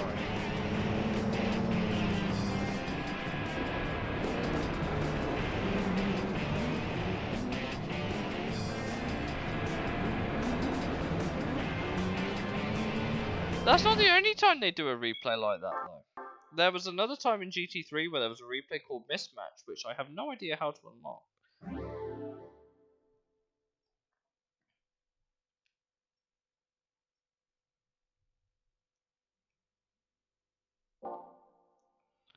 Right, so with GT Concept 2002 completed, I'm going to go quickly boot up Gran Turismo 3 A-Spec, the actual game.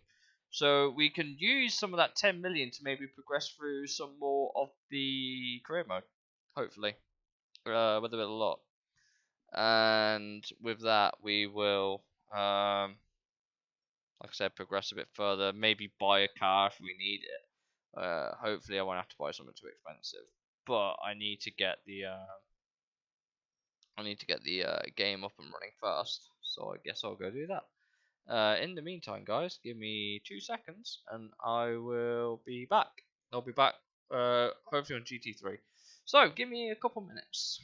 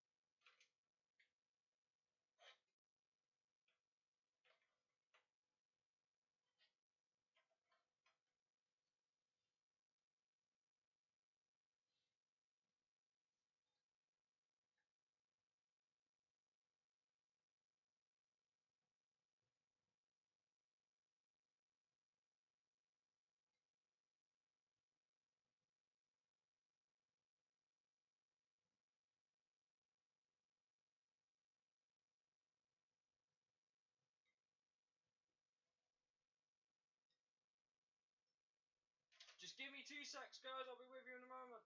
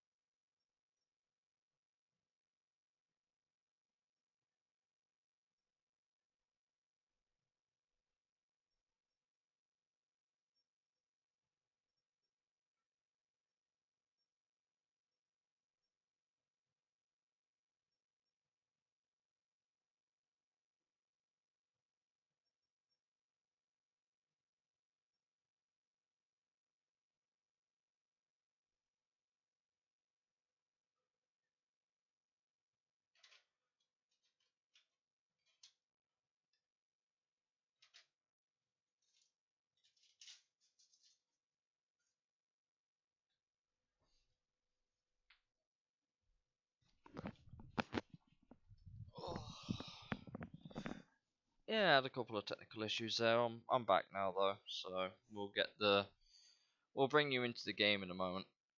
Just gotta wait for it to load. How have you guys been? You guys been good? You having a good time? Let me know.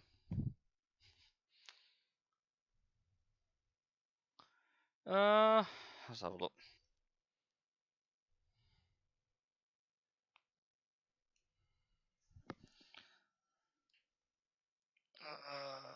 Let's have a look.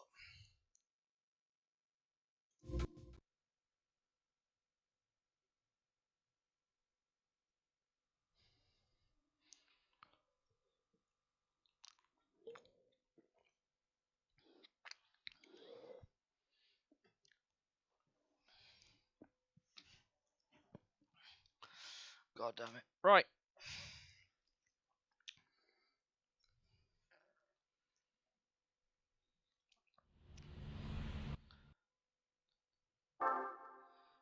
Yes, my game loads in Spanish because I have a save file. And I need to reload the other one.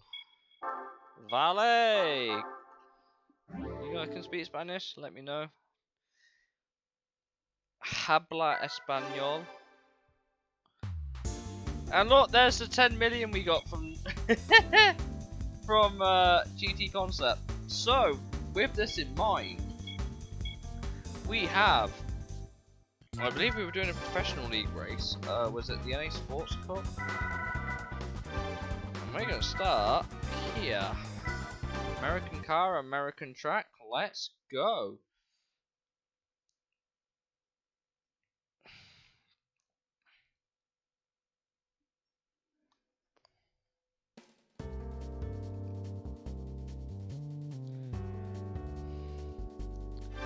Right. I also need to update my Twitch info. Whoops.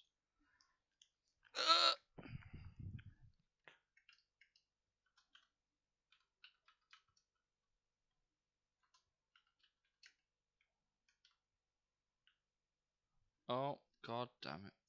Why do I always forget things?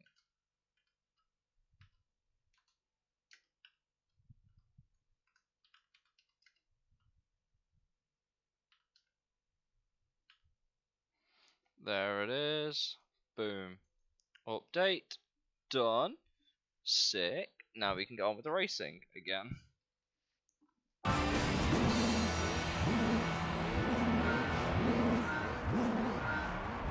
go. Oh, I thought that was a Mini Cooper there, but it's not. So it's a, it was the random test here. Oh, is it? Oh, thanks for the nudge.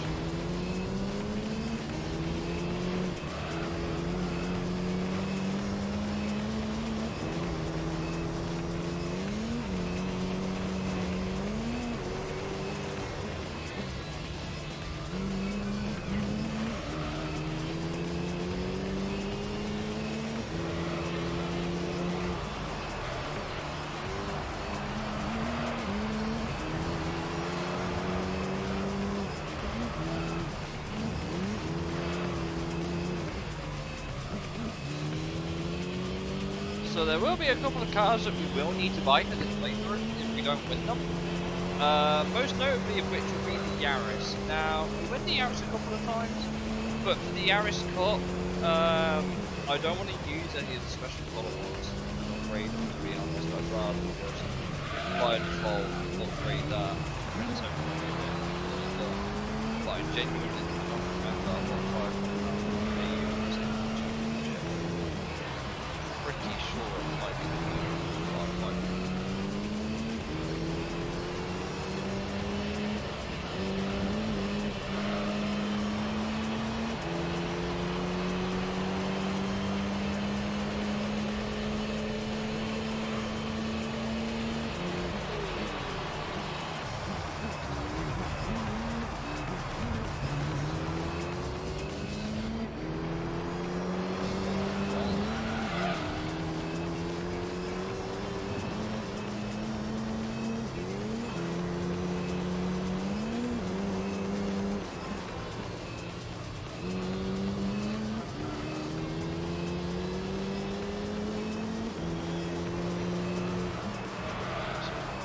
So the physics feel weird. It's still as loose as GT concept, but the ASM doesn't interfere anywhere near as aggressively, which means you can slide a little bit, but then the game will stop you from sliding. Weird. It's gotta be screwed.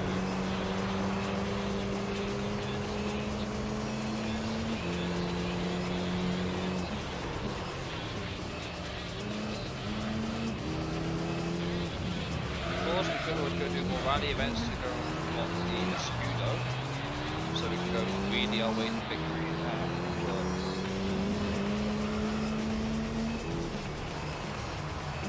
That is also another time where we have to sit down with that.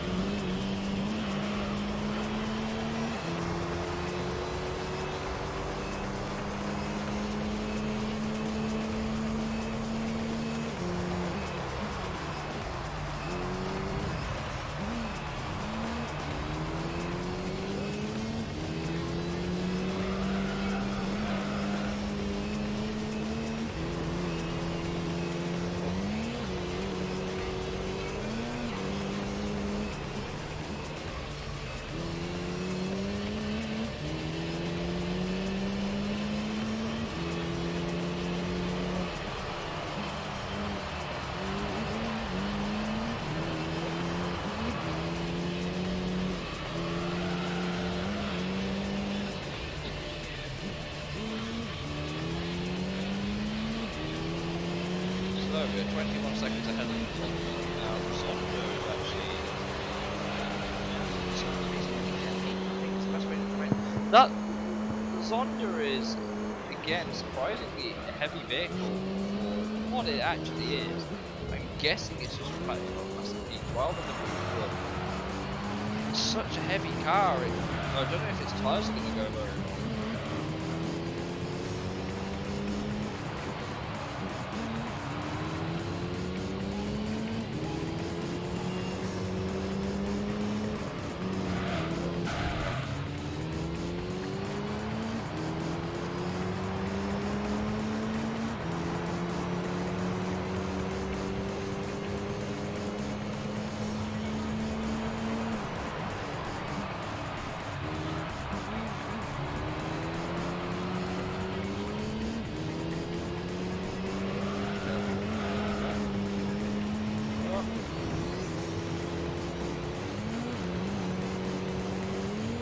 I wonder why MoveBot has disallowed links. Okay, I'll do it. I've just realised. But yes, I do have a blog if you want to go read it. Not particularly updated often, but hey, it does bits. It does bits.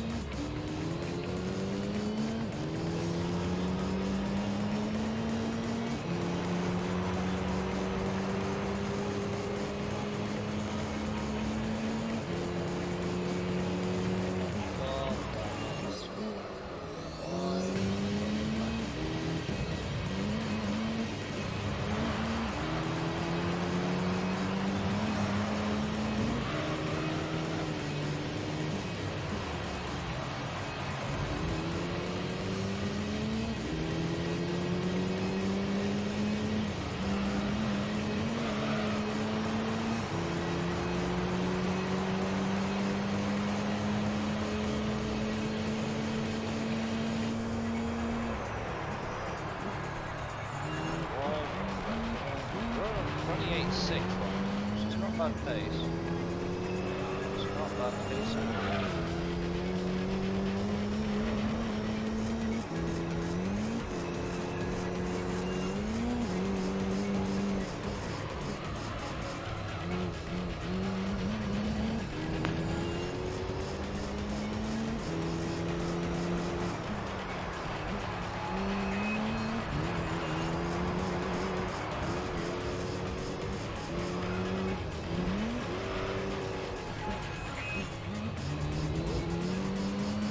This has been a really smooth lap so far. I don't think I'm 40 yet, which is pretty good going actually. Everything considered.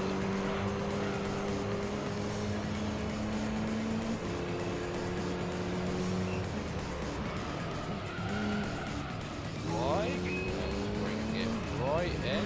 Oh yeah, there we go. Keep it up. Oh, look at that. We might have just nailed up one of our best lap times.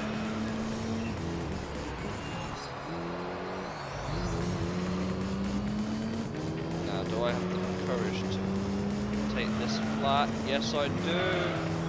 What's that lap time going to be? Slower than last lap, and I think it's because my front tyres are blocked. So let's go.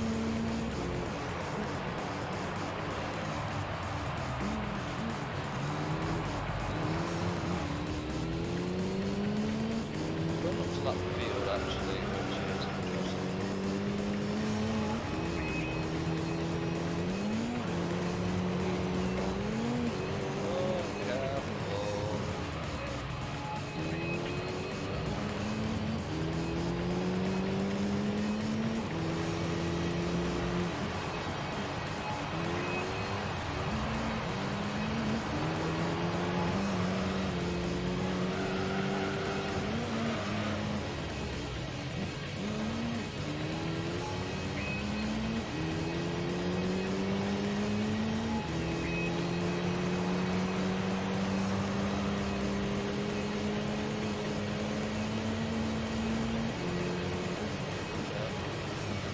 On the Renault Clio here, kind of okay for himself.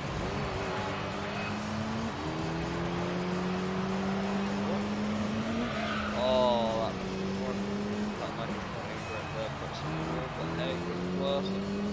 As we now come up to what I think is like the ZZS. Yeah. Maybe I can nudge around the corner. Lap times are dropping by about 7.5 now.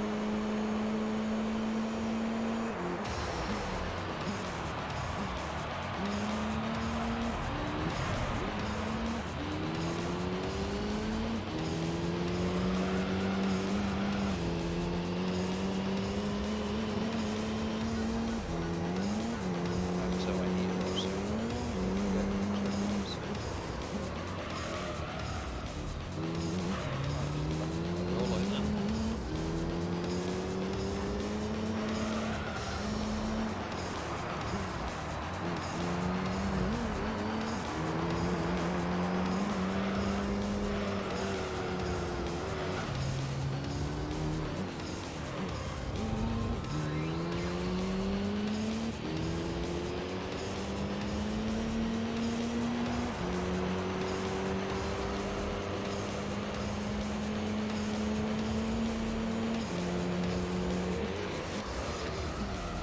we have to pair these tyres are dead.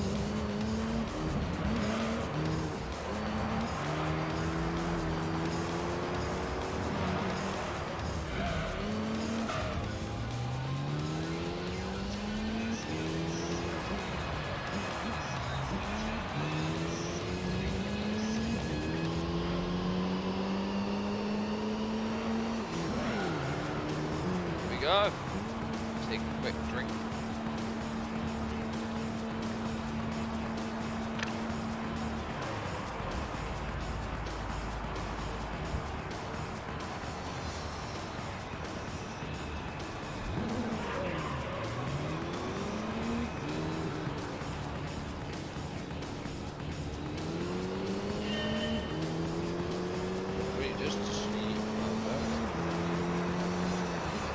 Whole tyres are arguably just as bad as before, but hey, worse. Got a wall somehow, I guess. about a lap or so to warm up. Get the energy. Oh.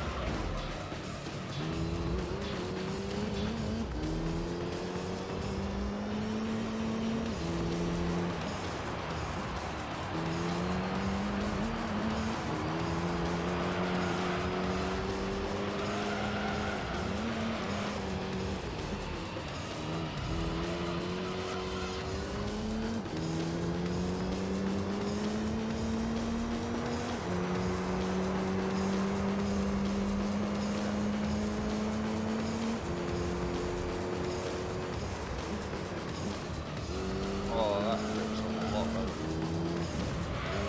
Still a bit loose in the rear, but I guess that's what I'm expecting. Rear wheel drive for that.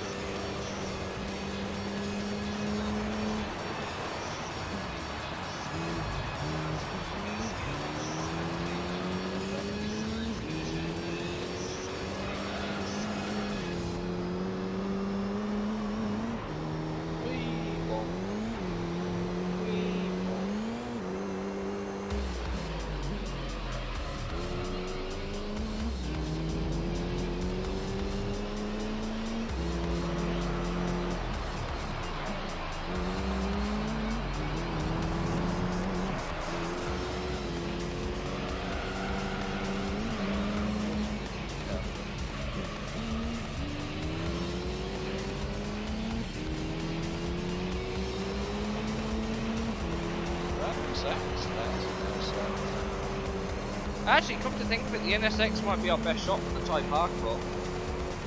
The NSX is not a cheap vehicle. Pure, however. If we can win one, that would be ideal. I think we can win one in a certain championship. Which one next? Well, the Type R Cup, but then again, saying that, Type R event has a few different cars. One more lap to go. 28.7 as our last lap. Let's see if we can't beat that. 28.6 is our best efforts.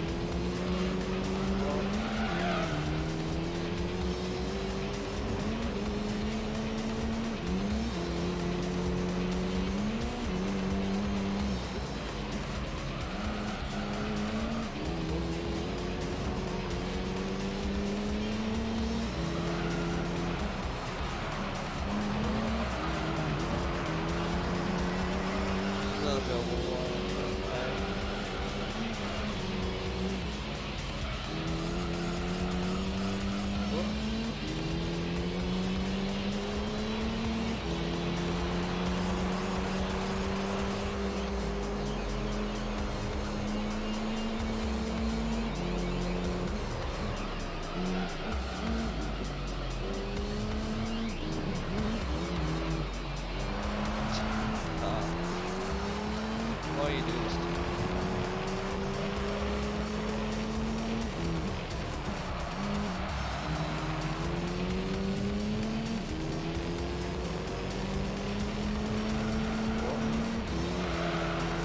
Hey, we did it!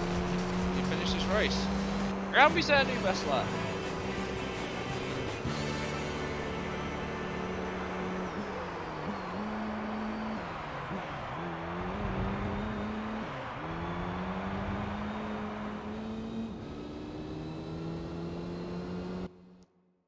Okay, 20 grand, let's go.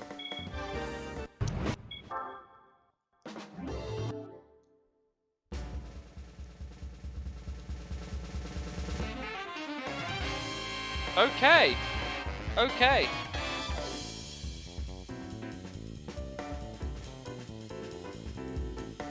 This car is useful, to a degree. It'll be useful for the Italian Avant-Garde Cup, which is basically just 2 races, but they pit you all against the damn, what was it, Zonder LM is it? I'm pretty sure it puts you up against. Just all Zonder LMs, I'm pretty sure. Yeah. Not a fun set of races. If you ever... And the annoying thing is that that's the prize car for it, but you can unlock it elsewhere.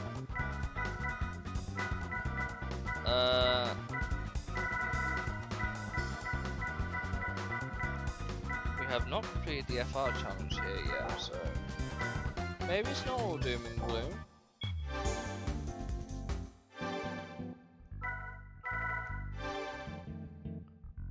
But there it is, the Zonder S.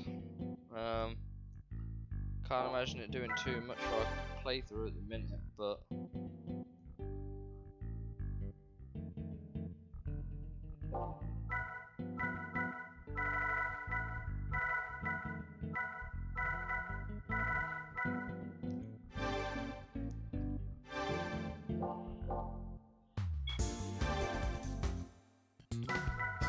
go win ourselves some rally cars again, I guess.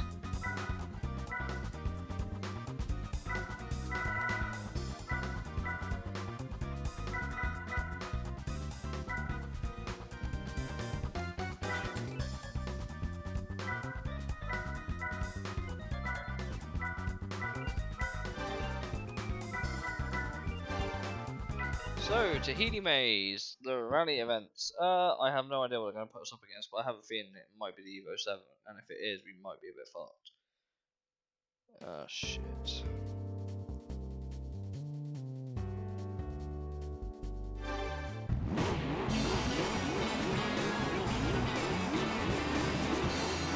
Alright, this car's a bit good for it.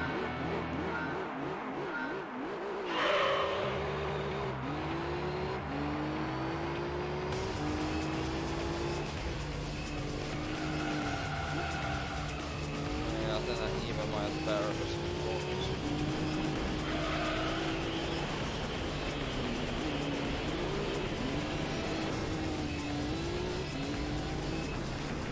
But if we can beat this, then we can probably beat most rally races in the game. Oh shit, don't lose it. Just hold up the Evo there.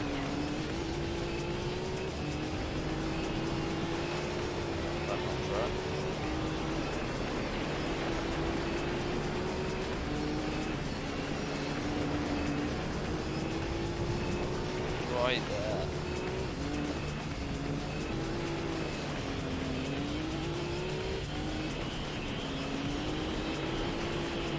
Damn, the distance is atrocious here.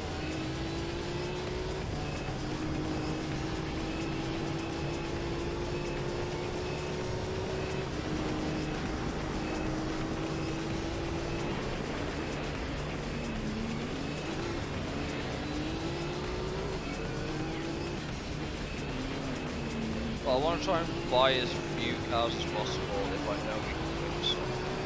So...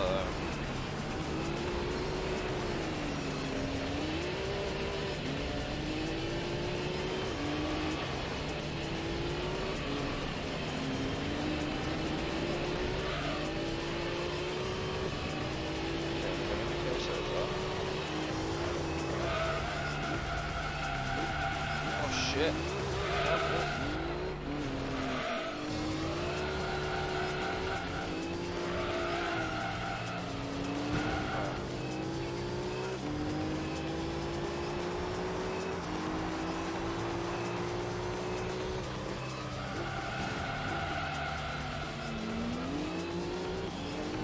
Be careful with all the voices.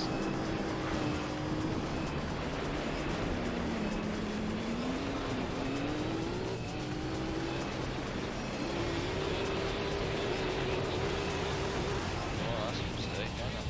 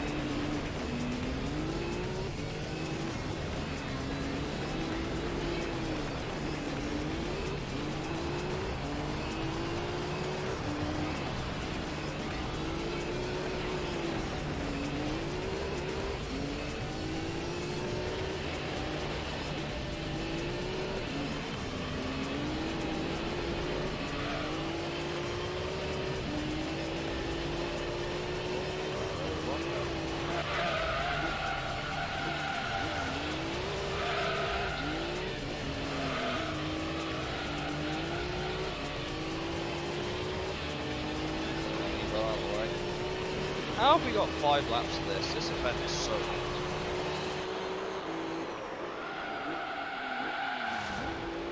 Brake early for that corner.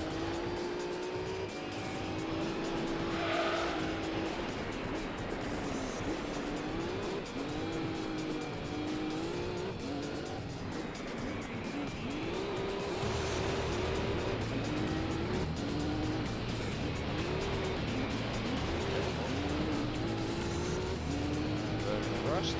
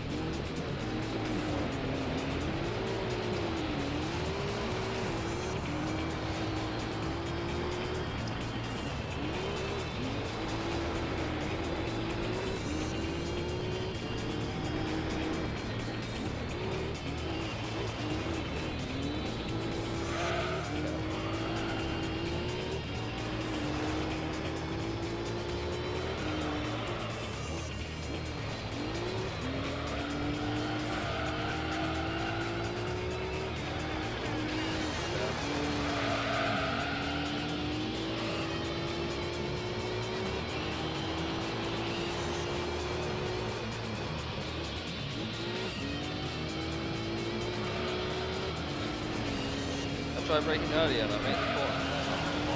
Great.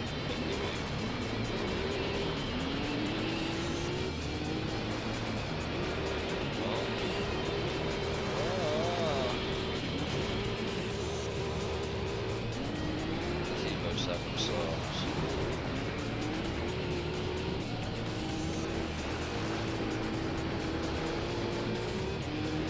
Like legitimately sucks.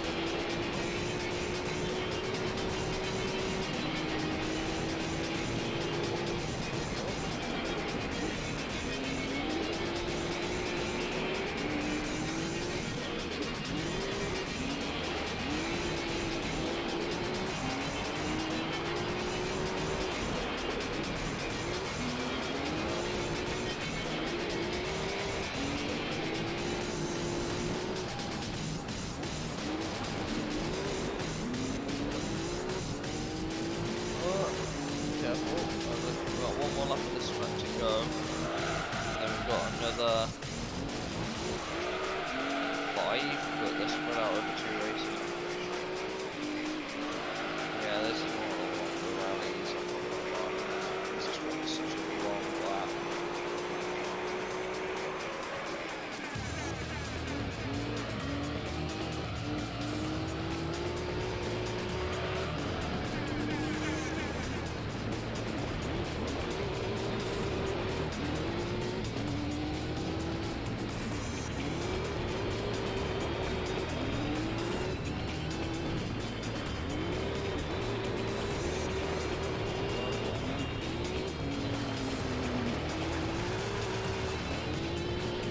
Anyone else see that graphical flicker there? I sure did.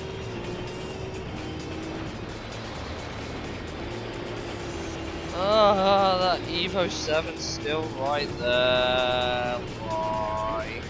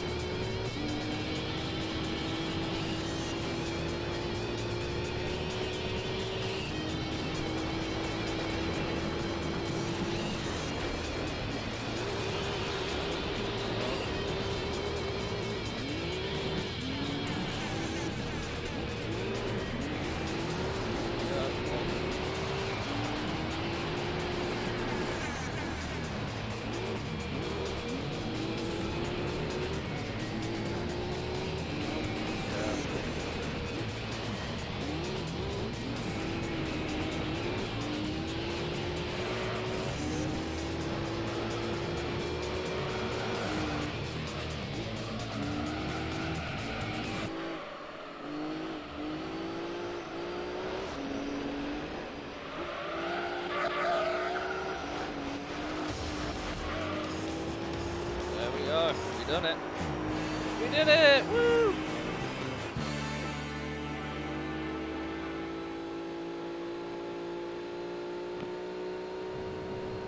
That Evo 7 is awful as an opponent. It's so brutal.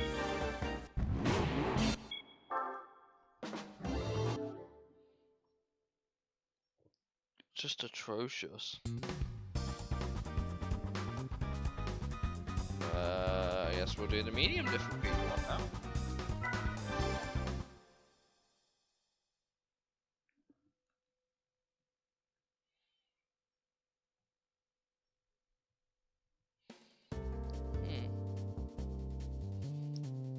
Only 3 laps this time.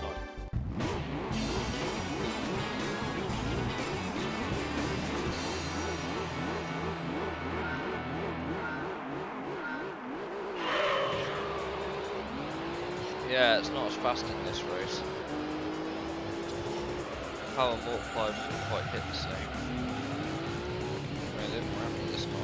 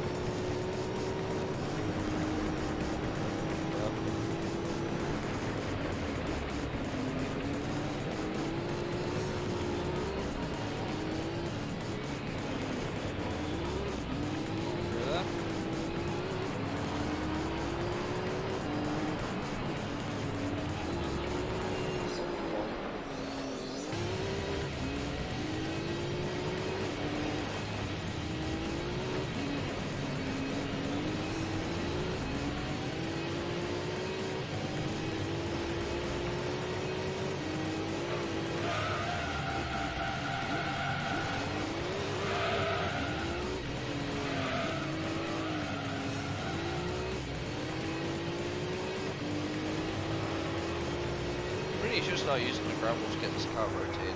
I think. Not like that. Or maybe like that.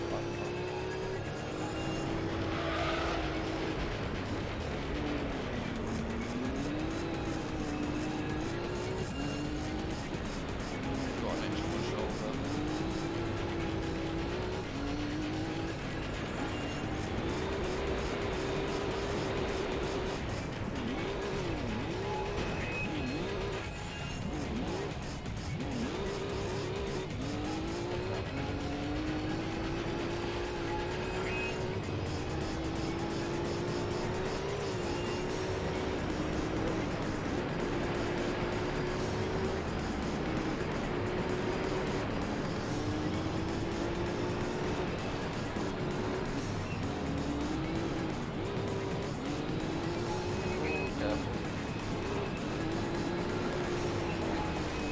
Hey, yeah, I hit the water.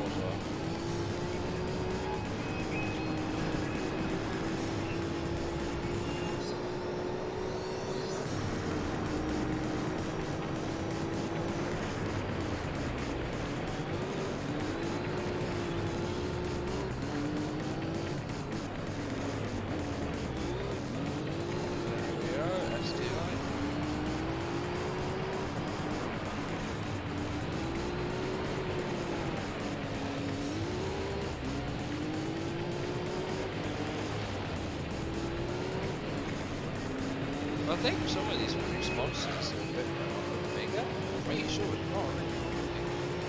Pretty sure.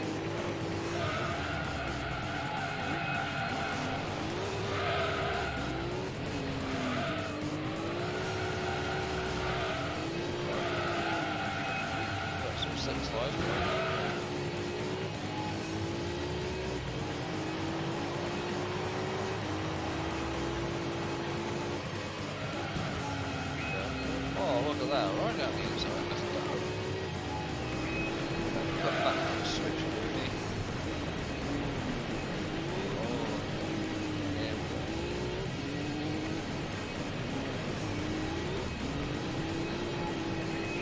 Oh, careful.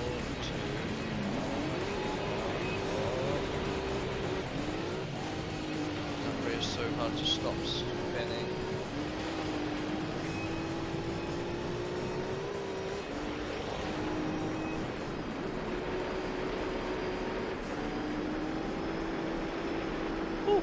Okay, round last corner.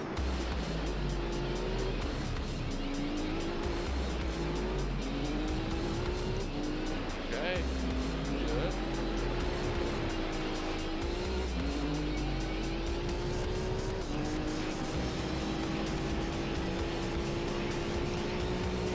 I think what we'll do is we'll also do the last race.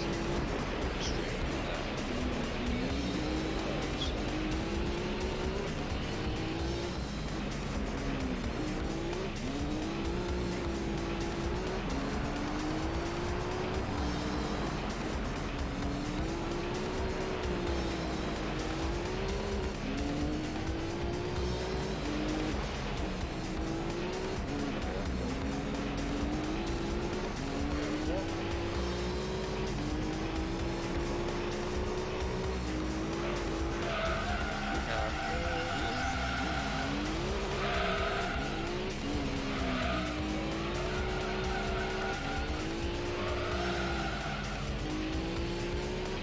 Hey, we did it. Come on, sub 2 minutes. 1:58.8.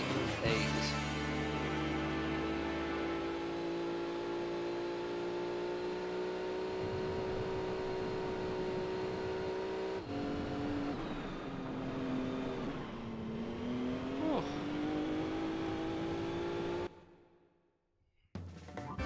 Only 10k for that one, but hey, it'll do.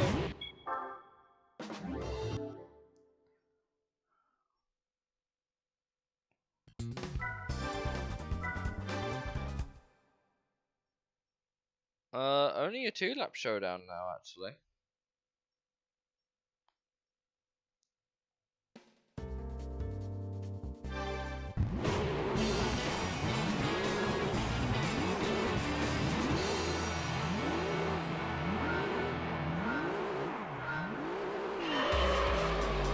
Yeah, you can out-drag me and start, but that's about it. You can't.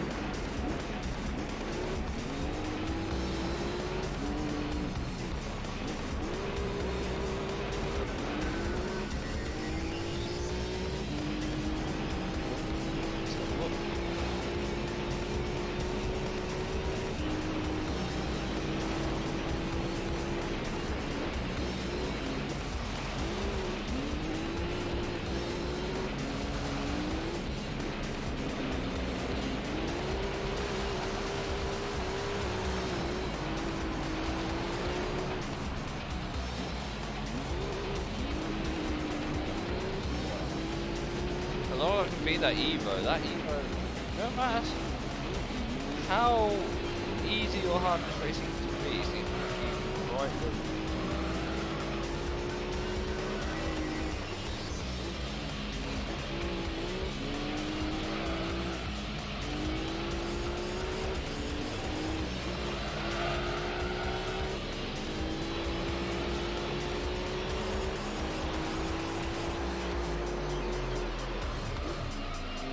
Oh.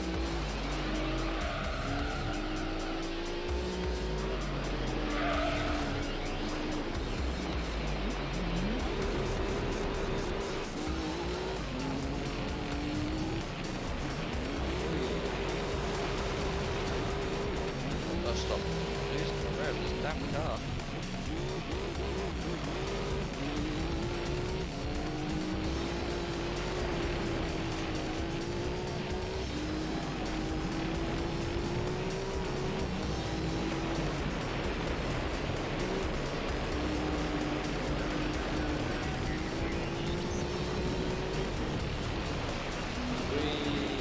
Oh, that was a sick. Oh, look at that. Just a bit. Oh, but it set me up so nicely for that double hairpin. I was like, oh, yo, that's not way too deep. And then next thing I know, I flick it round, put the power down, and it's full power all the way through. It's like the best bit of driving I've done today.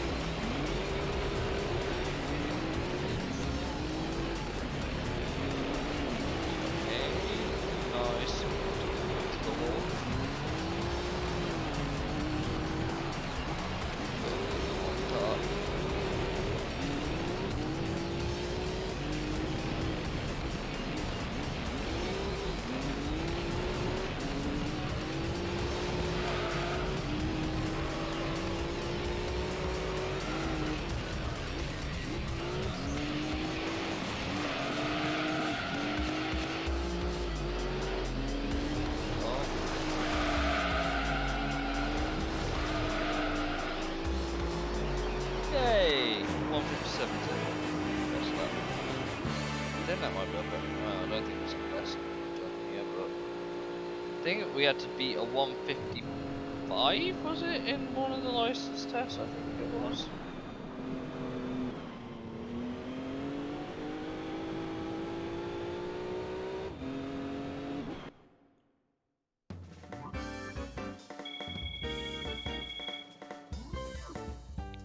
Give me that money. What price car?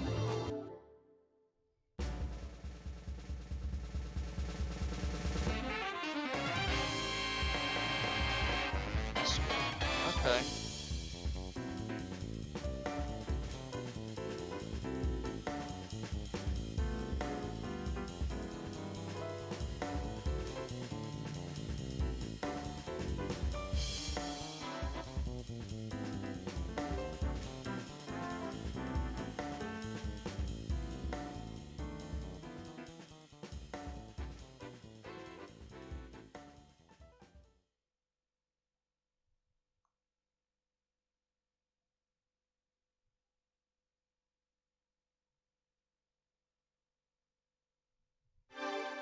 Okay, so we got the escort rally car for our efforts.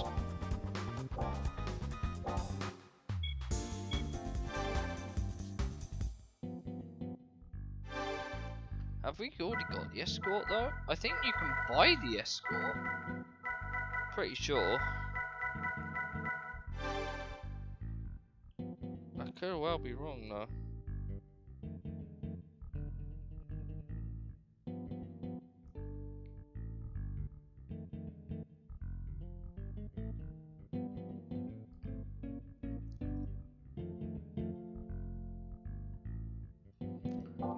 Okay.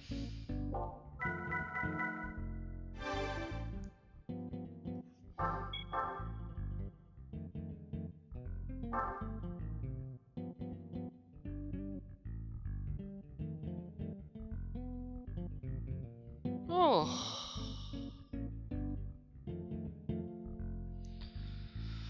Oh, okay. Well, I think now is a good point to end it.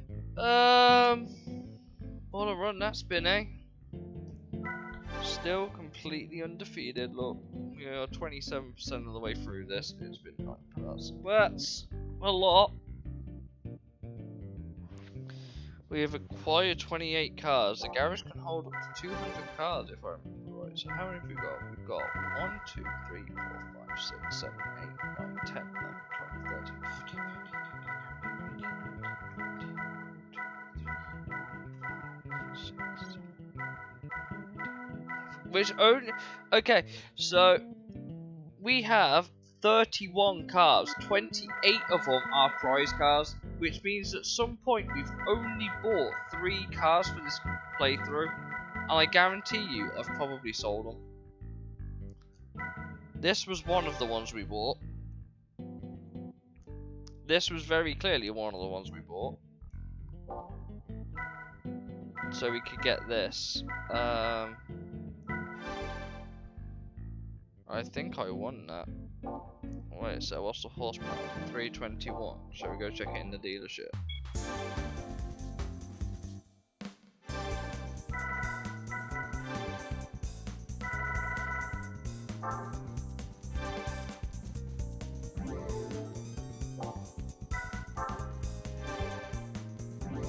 So it was this one, wow. Or did we buy that one? We possibly bought it.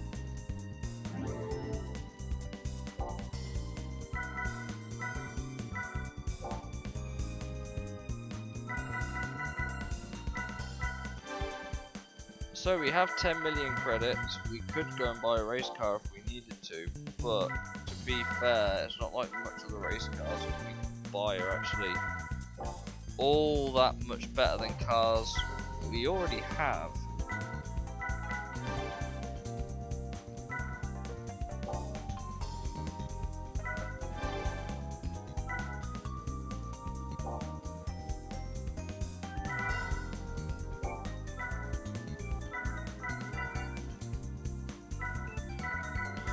Arguably all the better prize cars are the ones that you can't buy, like the R390.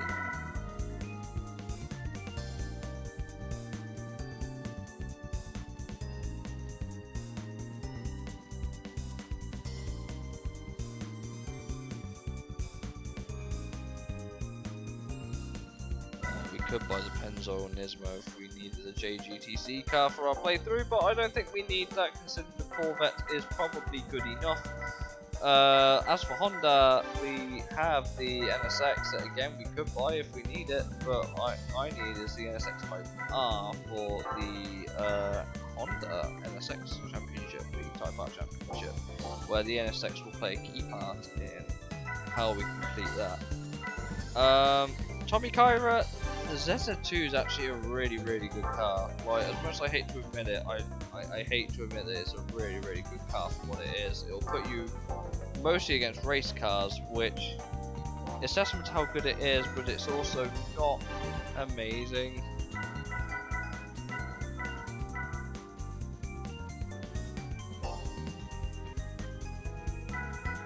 Of course, with Ford, you have a couple of cars here. Oh, it wasn't the Escort you could buy, it was the Focus you could buy. You can only buy one Focus this time.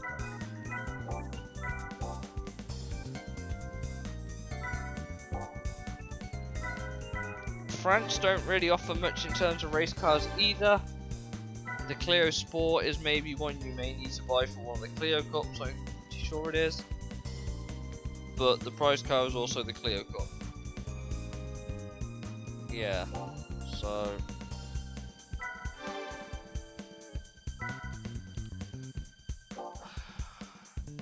I suppose the only car we really need to buy imminently... Oh, I didn't mean to keep going back. The only car we really need to be buying imminently... I'm just going to have a look through all these.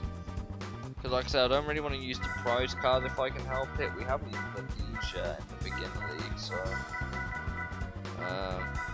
yeah, the Type R meeting, you just do in a Honda NSX. Evo meeting we could do, we have a couple of Evos. Actually, to be fair, we could probably get away with using the rally cars. Yeah, it doesn't say you can't use them. I imagine they would be ideal. You get an Evo as a prize car, funnily enough. The new Beetle Cup. Now, this is an interesting one because the Beetle Cup I don't think you can buy, but it's the car you have to race against. But it also isn't the prize car for that event. The Beetle Cup, if you go to VW, it's the same with the Lupo. You can't actually buy it, but you can win it. And I know how to win the Lupo. I'm just not really into trying to. That's for the Beetle. Wow.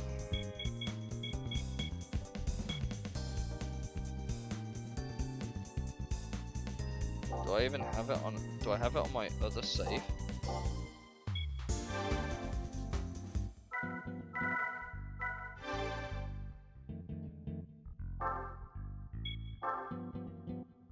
Do I have the Beetle on my other save? If not, I should probably consider getting it.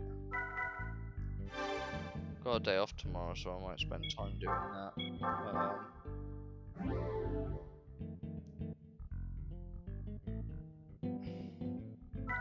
Don't have either of them. Can we buy this?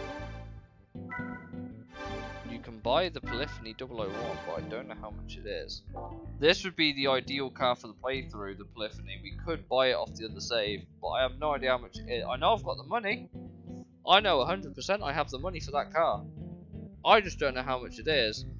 It's the same with the R390, actually. You could buy it. Oh, that's the road car, so that's not the right one. 787.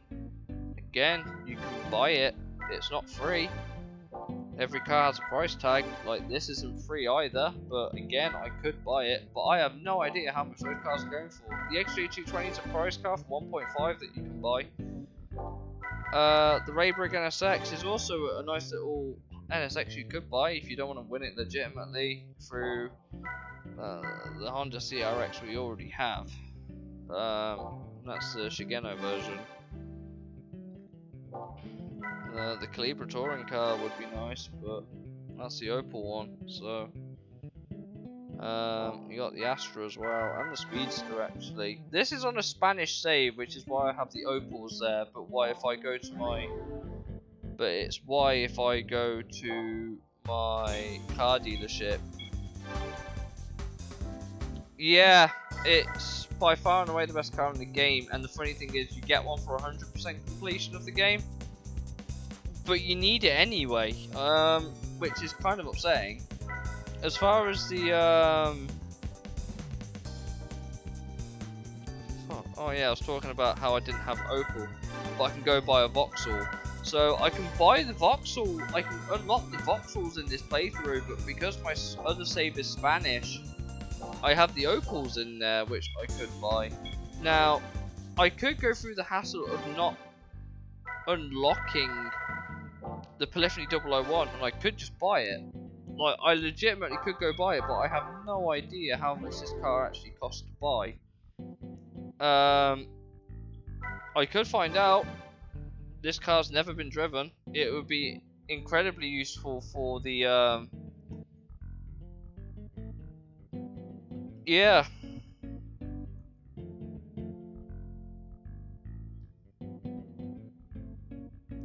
I always preferred the sound of the 002. I loved the 002 sound. It was the older style with the turbo. That's an actually aspirated one, which is more akin to the modern car. We could buy it. I don't know how much it is. It's not cheating if I've gone and done the work myself outside, but I think I bought this for something. I don't know what I actually bought it for. What was it? Hamilton Silver Metallic. Yeah, I bought that for something, but I don't know what I bought it for. Oh, I think it might have been to I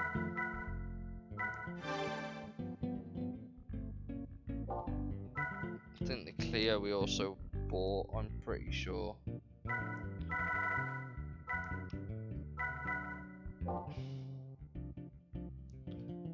The thing is that there's a couple of championships that legitimately have worked, because the Polyphony 001 you can't do anything with, you are stuck. The only thing you can do is an oil change. And for this championship, this championship by the way, absolutely brutal. That race takes forever. Like, I'm not even joking, that one is the full-blown Monte Carlo Grand Prix.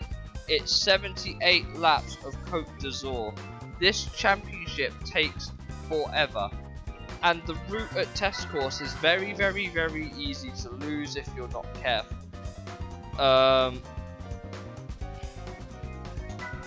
Super Speedway is not too bad, but test course is brutal.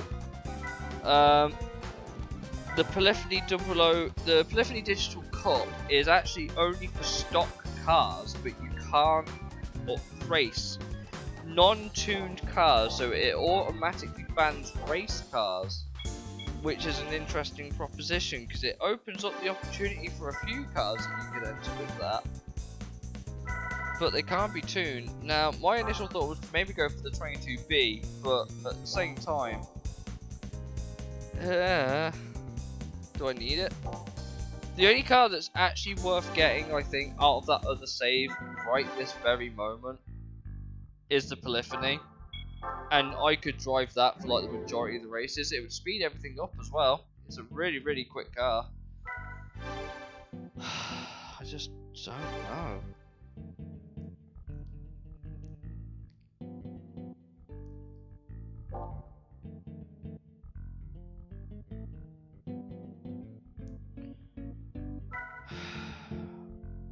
What do you think, guys? Do I buy this? Do I buy this for the playthrough?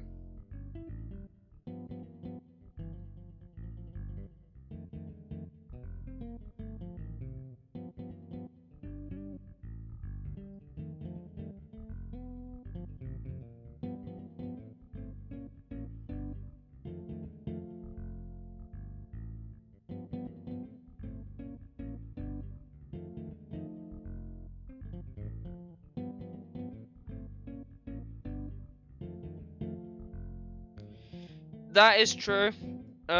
You win so many of these anyway. That is true. You basically get given the one opportunity every single time you do an endurance. But for those that have not joined this series before, I've already tried it on a couple of occasions already in this event because it takes about an hour. And all I did was shove the CLK on hards and I just did it that way. I literally just left the CLK on hards and we just did this. And 3 times I got the Falcon. I got the Falcon, which is why I have it in my collection on this game. But I haven't done any of the others. The issue I have is the fact that I don't have anything that's really worth using for any of the more important championships where you have to use certain cars. Like, every single car you see here, I have one. With the exception of maybe the CLK 55, which I had to buy. The 3000 GT Turbo and the Clio 26V. Sorry, V624V. I think they're the only cars I have not bought. I think the Grand Sport, I think I won, but I might be wrong. I might have bought that as well. But every other car from at least that C5 upwards, I've won. The reason why I got so many of these cars early was because I did goals on all the license tests, which we covered in like the first 3 or 4, like first 3 parts of this episode. Yes, I even did this one, which is not that difficult. I'm sorry, guys. This is a very easy goal if you know what to do. You just shove the car in manual. It's the only way you can do it, but you don't even need to shift below 3rd. You just leave it in 3rd. And just drive it. It is honestly that easy. Obviously don't bin it, but it's that easy.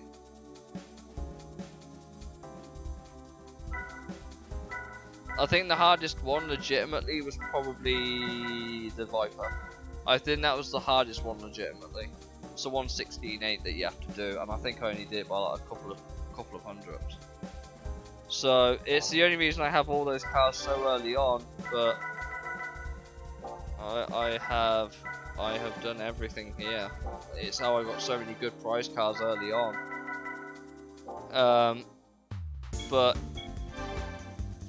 it is what it is. It is what it is. I've won every single one, and technically speaking, I could go and upgrade the prize cars, but I don't want to do that because some of the cars are only prize cars.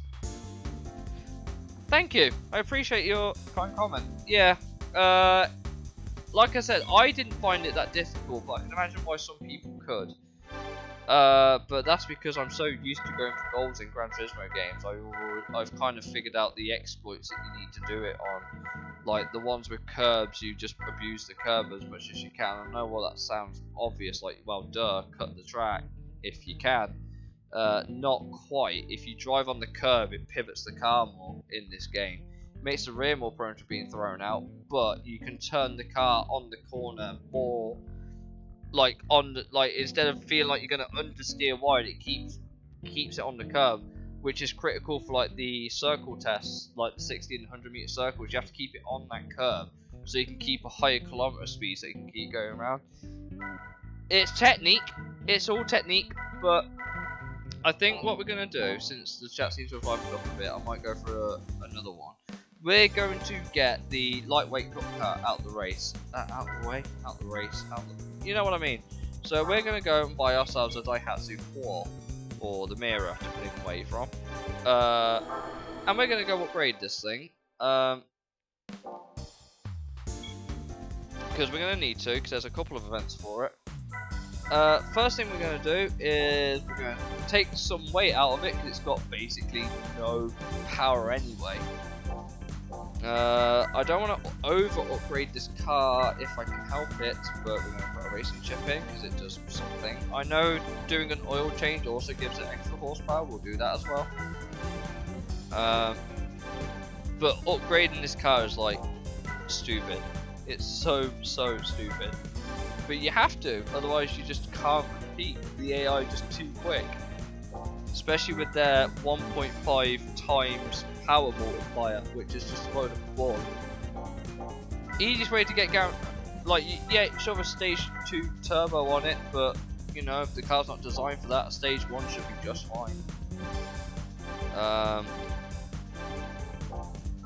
we'll put a sports intercooler on it. Obviously, I know what you think. You're probably thinking, go for the tyres as well. Yes, but I don't think the lightweight cup is in professional, so you might not even need it. I know it's here. Oh, it's not even here either. You use it for one championship, and then you sell it and get the money back. It's just to guarantee yourself a win, basically, because there it is. It's 2 laps of each track, it doesn't take long, and the prize car is one you can't even buy for a manufacturer that's not even in the dealership. So that's a win, ain't it? I call that a win. I won't need to try particularly difficult, but I wonder if you can spot the prize car in that list. The 5th car, by the way, is the Auto Works.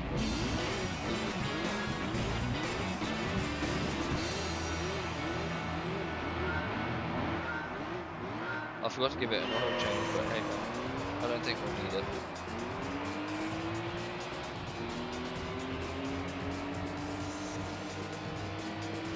So, for those who don't know, key cars, or K cars as this game calls them, are cars sold in Japan under 600cc in an attempt to make them more economical, easy to run, and cheap to run. That is the whole point of their existence.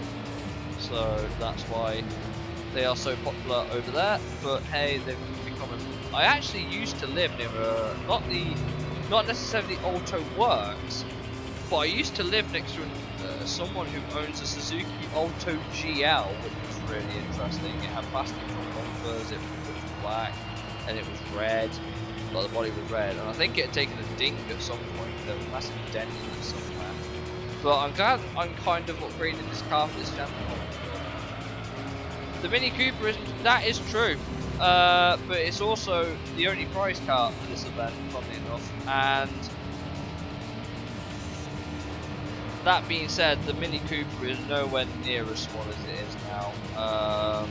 The Mini Cooper has definitely got a lot larger, but back then, this is probably the oldest car in the game, the Mini Cooper 1.3i, because it would have been around like early to mid 60s. Now, yeah, it's not Japanese, but it is under 600cc, I'm pretty sure. Actually, it's not. It's 1.3 injection engine. Yeah, okay. Forget I said anything. But K cars, Japanese. They're very small engines. Very small for the sake of saving space. I'm glad I upgraded this damn car. Look at this. Look at this shit, man. Like I put 90 horsepower in this, and these guys are keeping them. I think there's rubber banding in play here, because there's no way they're stock.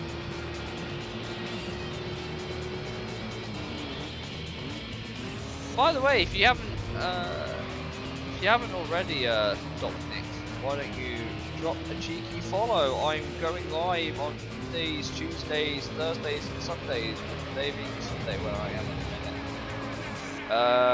And I'm currently doing a playthrough of Gran Turismo 3. We've actually, I don't know if you were here for it earlier, but we were on. Hey, Azarus! Woo! Try not to scream too much, otherwise it'll be Angry Moobot. I'm pretty sure. I'm hoping the notification. Oh, okay. The notification did come up, but the sound effect didn't go off. What's going on there? No, you're not playing sound effects today.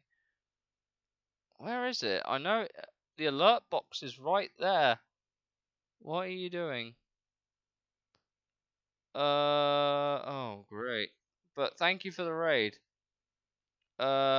Raids, raids. Uh, oh, it's a minimum amount. And that's why. Yes, you need 3 or more people. That'll be why. But I saw your notification, Azarus. Thank you. I hope you're doing well as I try and get away from these rubber banding poo-poos behind me.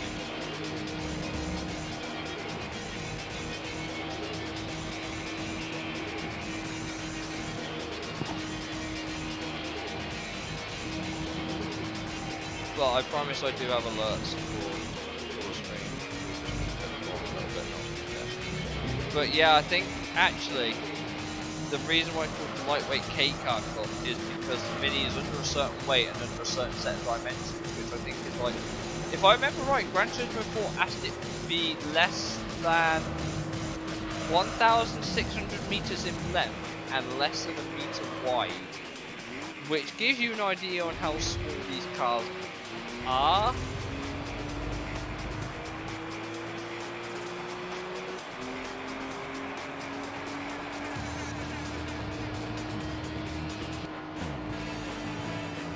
But yeah, the new Minis are massive heavy boys.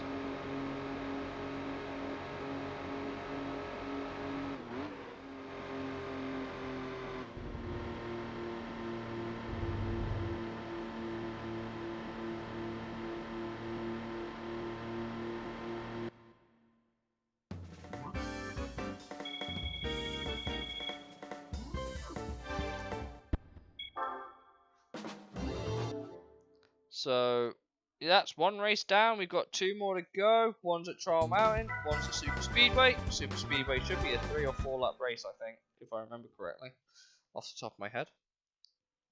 Pretty sure it's 3 laps because it's not a very quick car. But I'm guessing these guys are going to be rubber banding to. Oh, okay, sorry, I lied. It's 4 laps. God, sorry, I'm afraid everyone pushed that.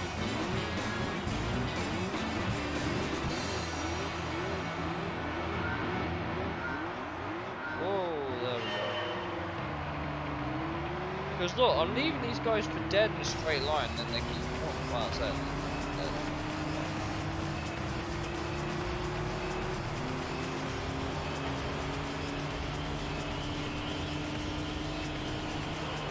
Look at this.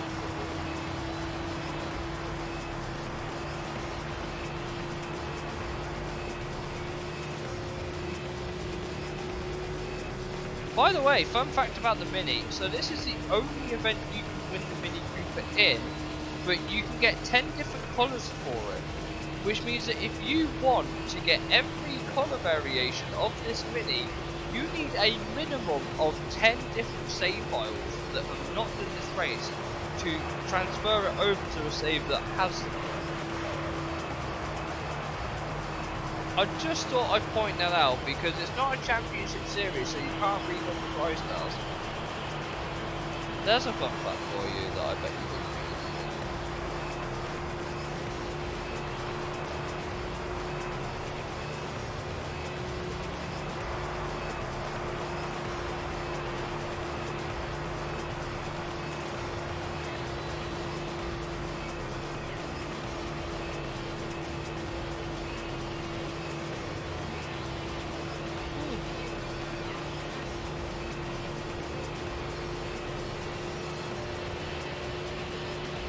This car has a 5th gear. I'm surprised it's even got that.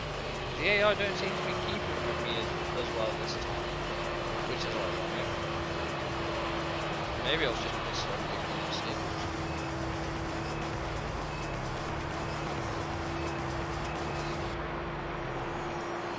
Let's not look at it go.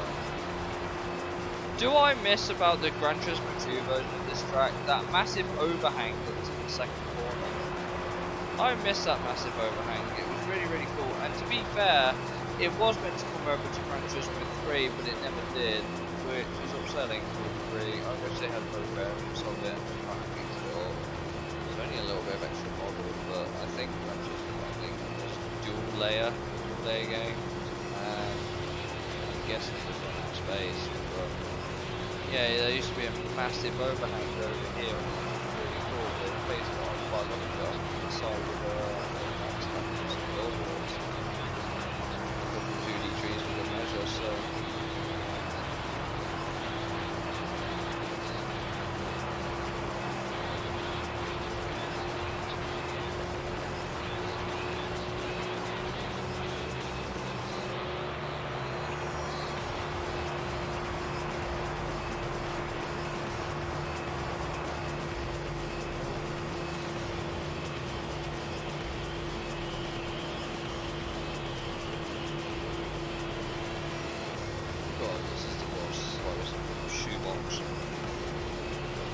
like 170. I think I'm only just about doing 100 miles an hour. Like just about.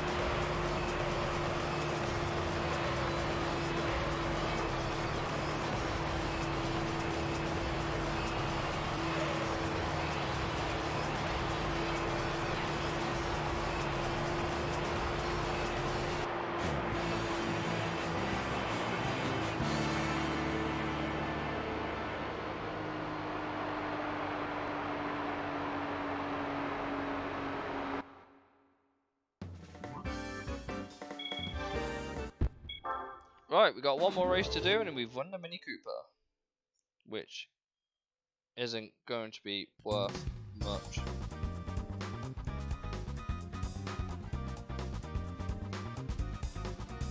Trial Mountain Circuit.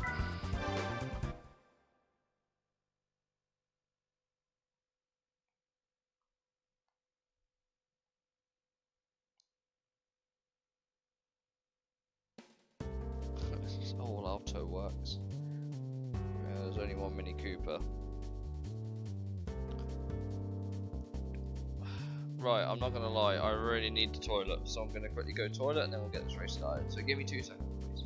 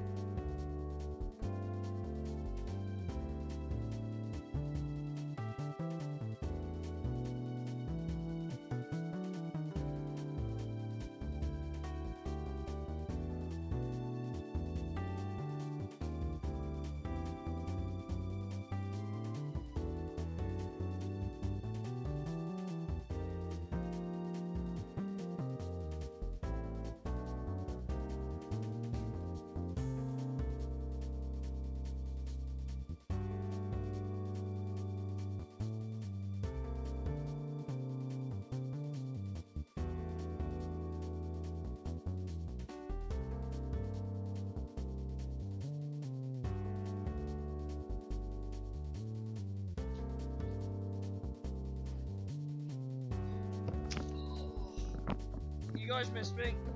If you haven't, tough, I'm back. If you have missed me, I'm glad I'm back. Right, let's get this away.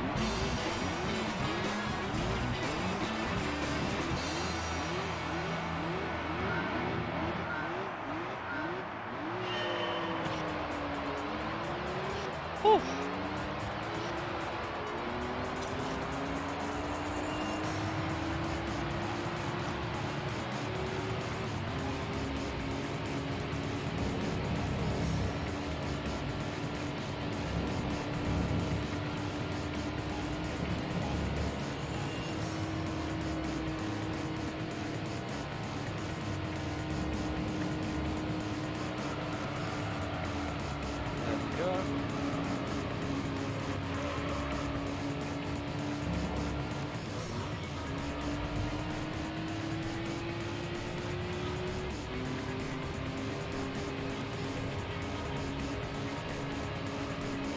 So 2 laps of Trial Mountain. We've got some big hills to deal with as well. Can't wait. I'm still sad about how they butchered Trial Mountain for GE7. I'm still sad about that. He's gained so famous. It was so famous until like Gran Turismo Sport even. Like when it didn't appear, and the next thing I know, they've ruined it. It's just not the same in the new game. But I still think the old version flows better than the new one, and I think it's just because there's less heavy. I know they did it to kind of improve overtaking, racing, and whatever, but even then, it's still a fun track to drive on the old one. I just don't know. I don't know. I don't find it as fun as the new one, I guess.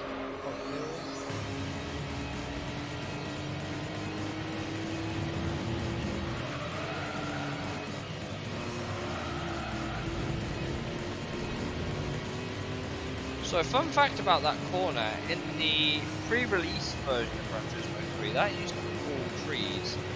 There was no lake or whatever there, but there used to be just trees there.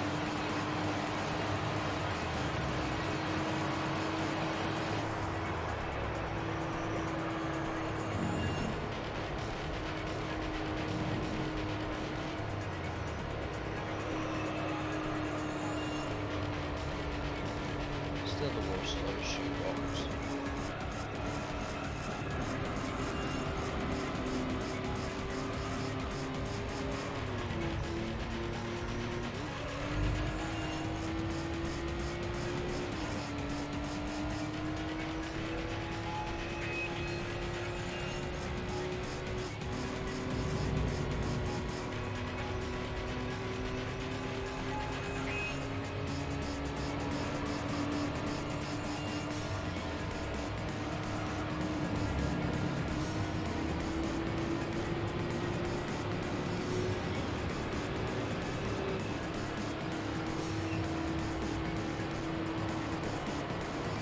They are still wild now, so they don't like it.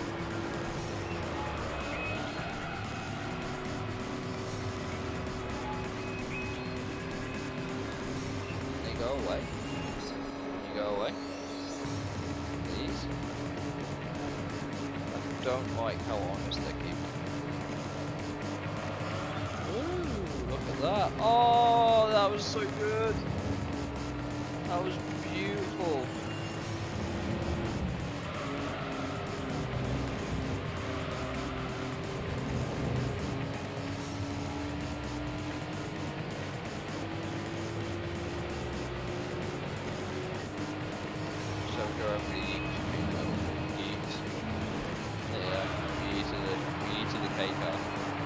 There we go, race over, and that is us getting a Mini Cooper, but what colour? Let's find out in a minute. There we go. The Mini was last, so as you do. So, what purpose does this serve? Absolutely nothing. The Mini is a useless car in this game. I'm not gonna lie, we got it in British Racing Green, which is the only acceptable colour that car should have come in. So yeah, I guess that is it. I don't need this car anymore. I would sell it, but who knows? Maybe let's keep it for the shits and gigs. But there you go. It's a Mini Cooper, and it has 61 horsepower, just like every other fucking car in that championship, pretty much.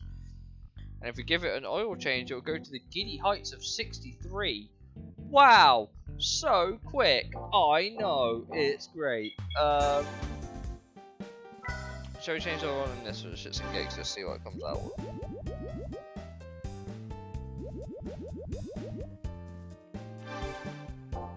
How much horsepower are you making now? Is it over 100 now? Way 104. There you go. We did it. It was only useful for 26 kilometers of this entire playthrough. We got the Mini. Not that we're going to use it, but it's nice to have, considering. It's not even worth that much either. Like, you could sell it, but you can't see Mini in the game dealer, so you can't even go and buy it. There you go. It's a hidden manufacturer.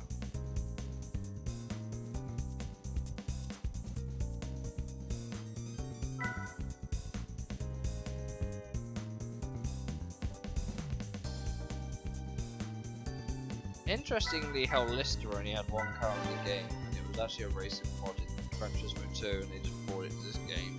And it's actually pretty terrible. It weighs a lot. Like, holy shit, this thing is hefty. Like, it is really bad on its tyres. It is not a good example of how to build a car. Could be worse, I suppose. Mercedes. Now, there's only 4 cars here, but only one of them is winnable. Which, beyond that, the other Mercedes then have no.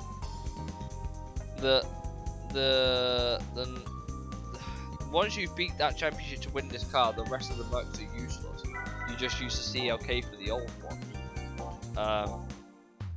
Like, you literally go in here, you grab your CLK, you just go, oh okay, then you back out, go race, and if you beat the amateur one before you beat the beginner one, when it goes to legend to silver arrow, you just use the CLK. It's the only one. Yeah, it's test course I hate. It is the only one where it's better than the opponents. I think I've got my words there eventually. The CL600 might be a bit quick, but 55 isn't that quick, and the Conquest is the slowest thing there. But, and it definitely ain't gonna outhandle you. So, the funny thing is that the price for this is the SLK compressor. That's the funny thing. Interestingly, we've not done the Turbo Sports models championship yet. We haven't done the FR challenge here either, or the FF actually. They're nice and easy. But endurance race maybe. Professional league is where it's really at though. That championship's horrible. That's just JGTC cars, but you can win that quite easily. Now, there's a trick that we could use to get the 787B from this event, which involves completing all the rally events first, and then we can go do that. As you can see, we still have quite a few to do. So I'm going to ignore it for the time being. We'll get another easy price car, I suppose.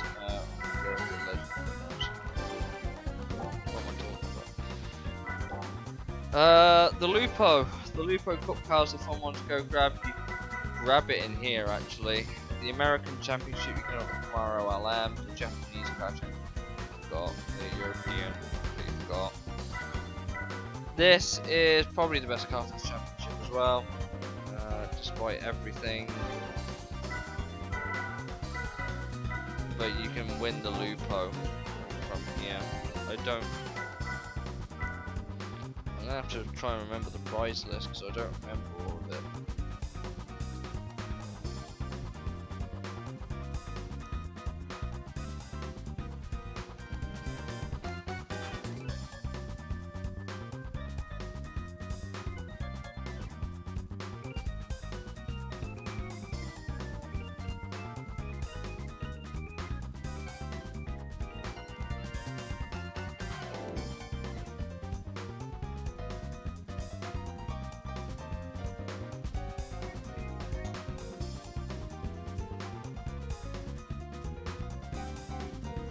Oh, tell a lie, you can win the Mini Cooper 1.3 on the European Championship as well. Oh, okay. Yeah, so the DTM challenge is where you really need to get the new Beetle Cup car. So you have to win it there, and it's also the only place where you can win the Lupo.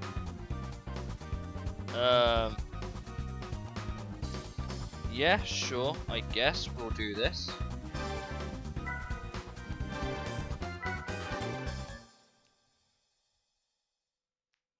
I'm going to double check the parts on this car as well to make sure we're on the right tyre, because I think I've got this on very hard tyres because of the endurance racing. Change parts. What was it? Tyres, weren't it? Racing super hard. Put it on the mediums because goddamn am I not understeering everywhere. It's the only change I think I needed to make there. What are we racing against? Oh look, we got 3 Calibras. What the fuck? Why? Why have we got 3 Calibras? Makes the championship a bit easier, I suppose. But...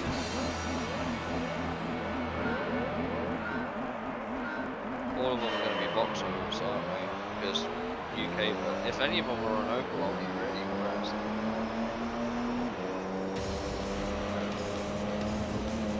It's worth remembering those Calibras are 4-wheel drive. Vauxhall. Oh no, we got the Opel model there. We have an Opel. The game has loaded the Opel. What a pleasant surprise. Okay.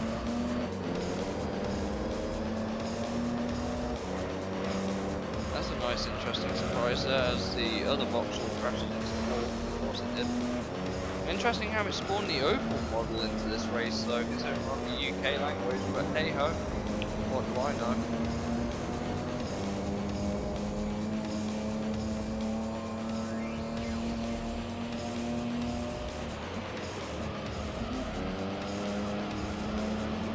We got the Vauxhall Astra, but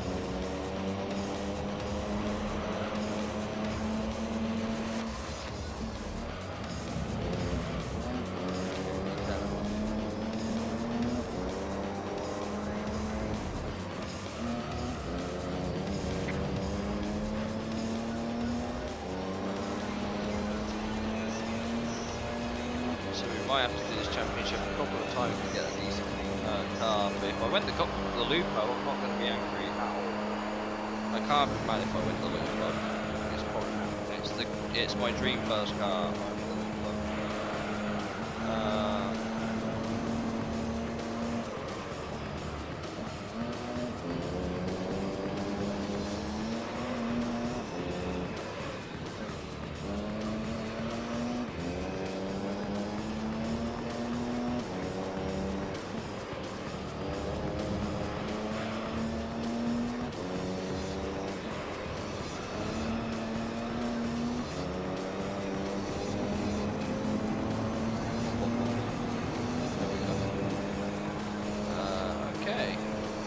Quite well so far. It's not all falling apart. The Libras are all the way back.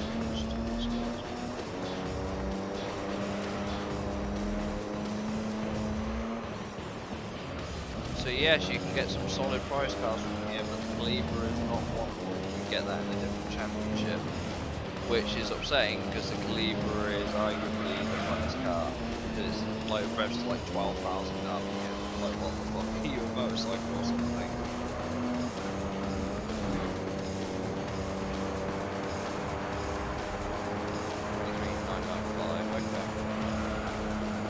What?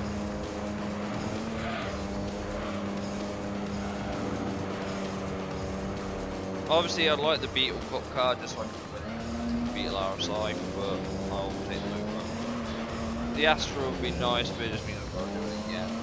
We've got another car for the collection that we can't really use beyond maybe this championship. But this car was a workhorse for a while.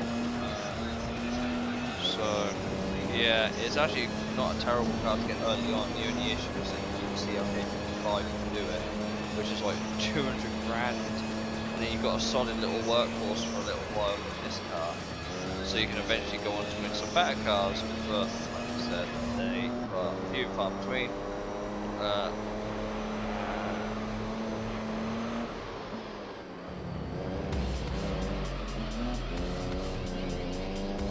You probably could get away with using the Falcon for this, but why would you want to use the Falcon? It's not GTCs, I don't think. JGTC stars.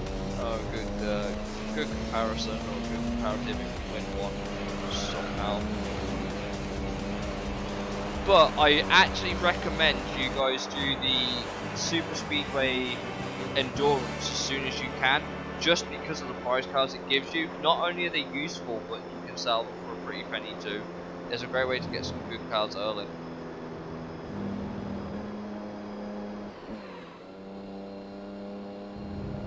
They also spelled Calibra wrong in the game. It's Calibra here. but it's meant to be Calibra.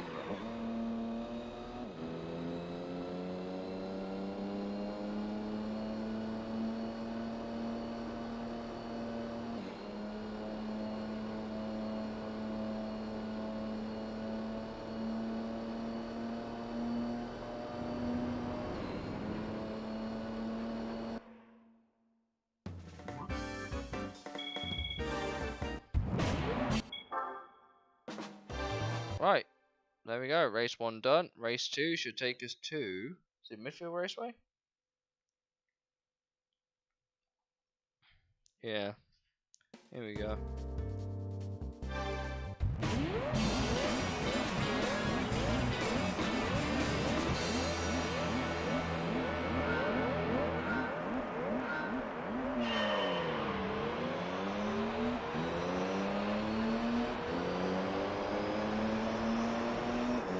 Try and get in the slipstream.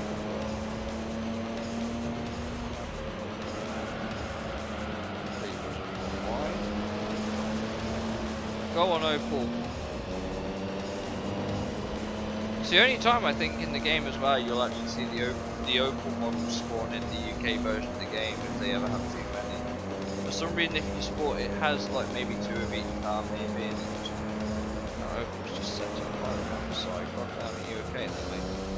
Okay, I was struggling to keep it on the track, which is quite funny.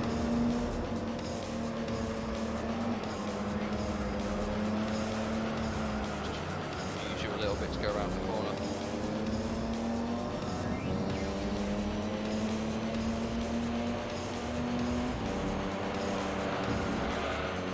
Just set it down to the side a little bit. Come on, we can catch up.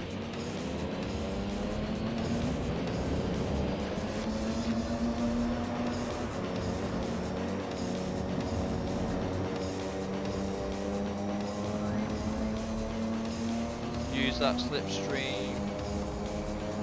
Look, the car in front also has it. That's the arcade.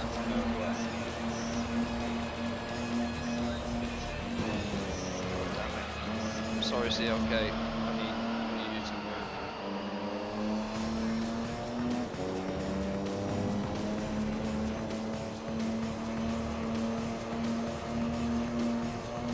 Come on, we can get this one. Don't get on the grass, that's not a good idea. Try and fool it into braking pretty incorrectly. It's not worked.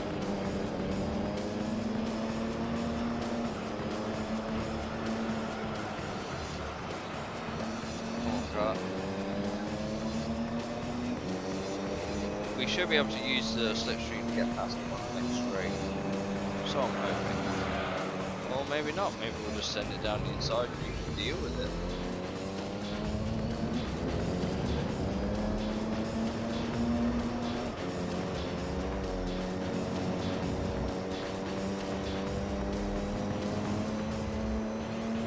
Yeah, slipstream me all you want.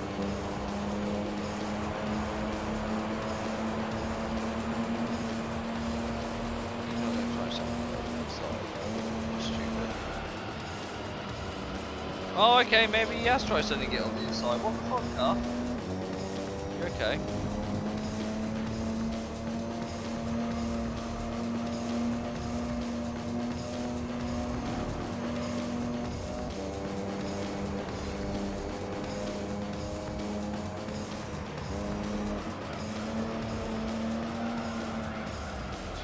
Just defending really well.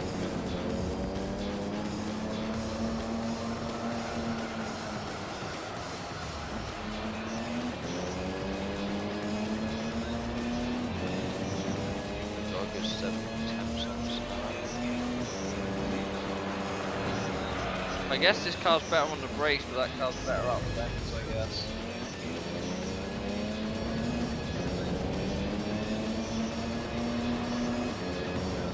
We're gonna have to slipstream the living hell out of this car. I don't think it's gonna be enough.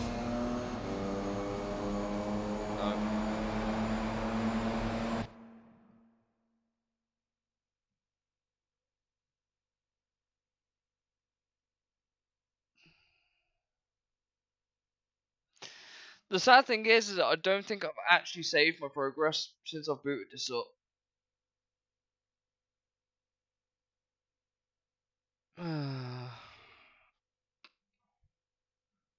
I was hoping to go through this playthrough without taking it now.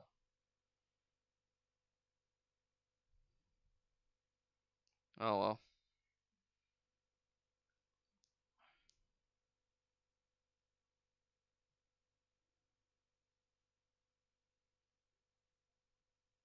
I think we'll end it there. I'll come back to this tomorrow. I'm getting sleepy. I'm starting to drive a bit bad.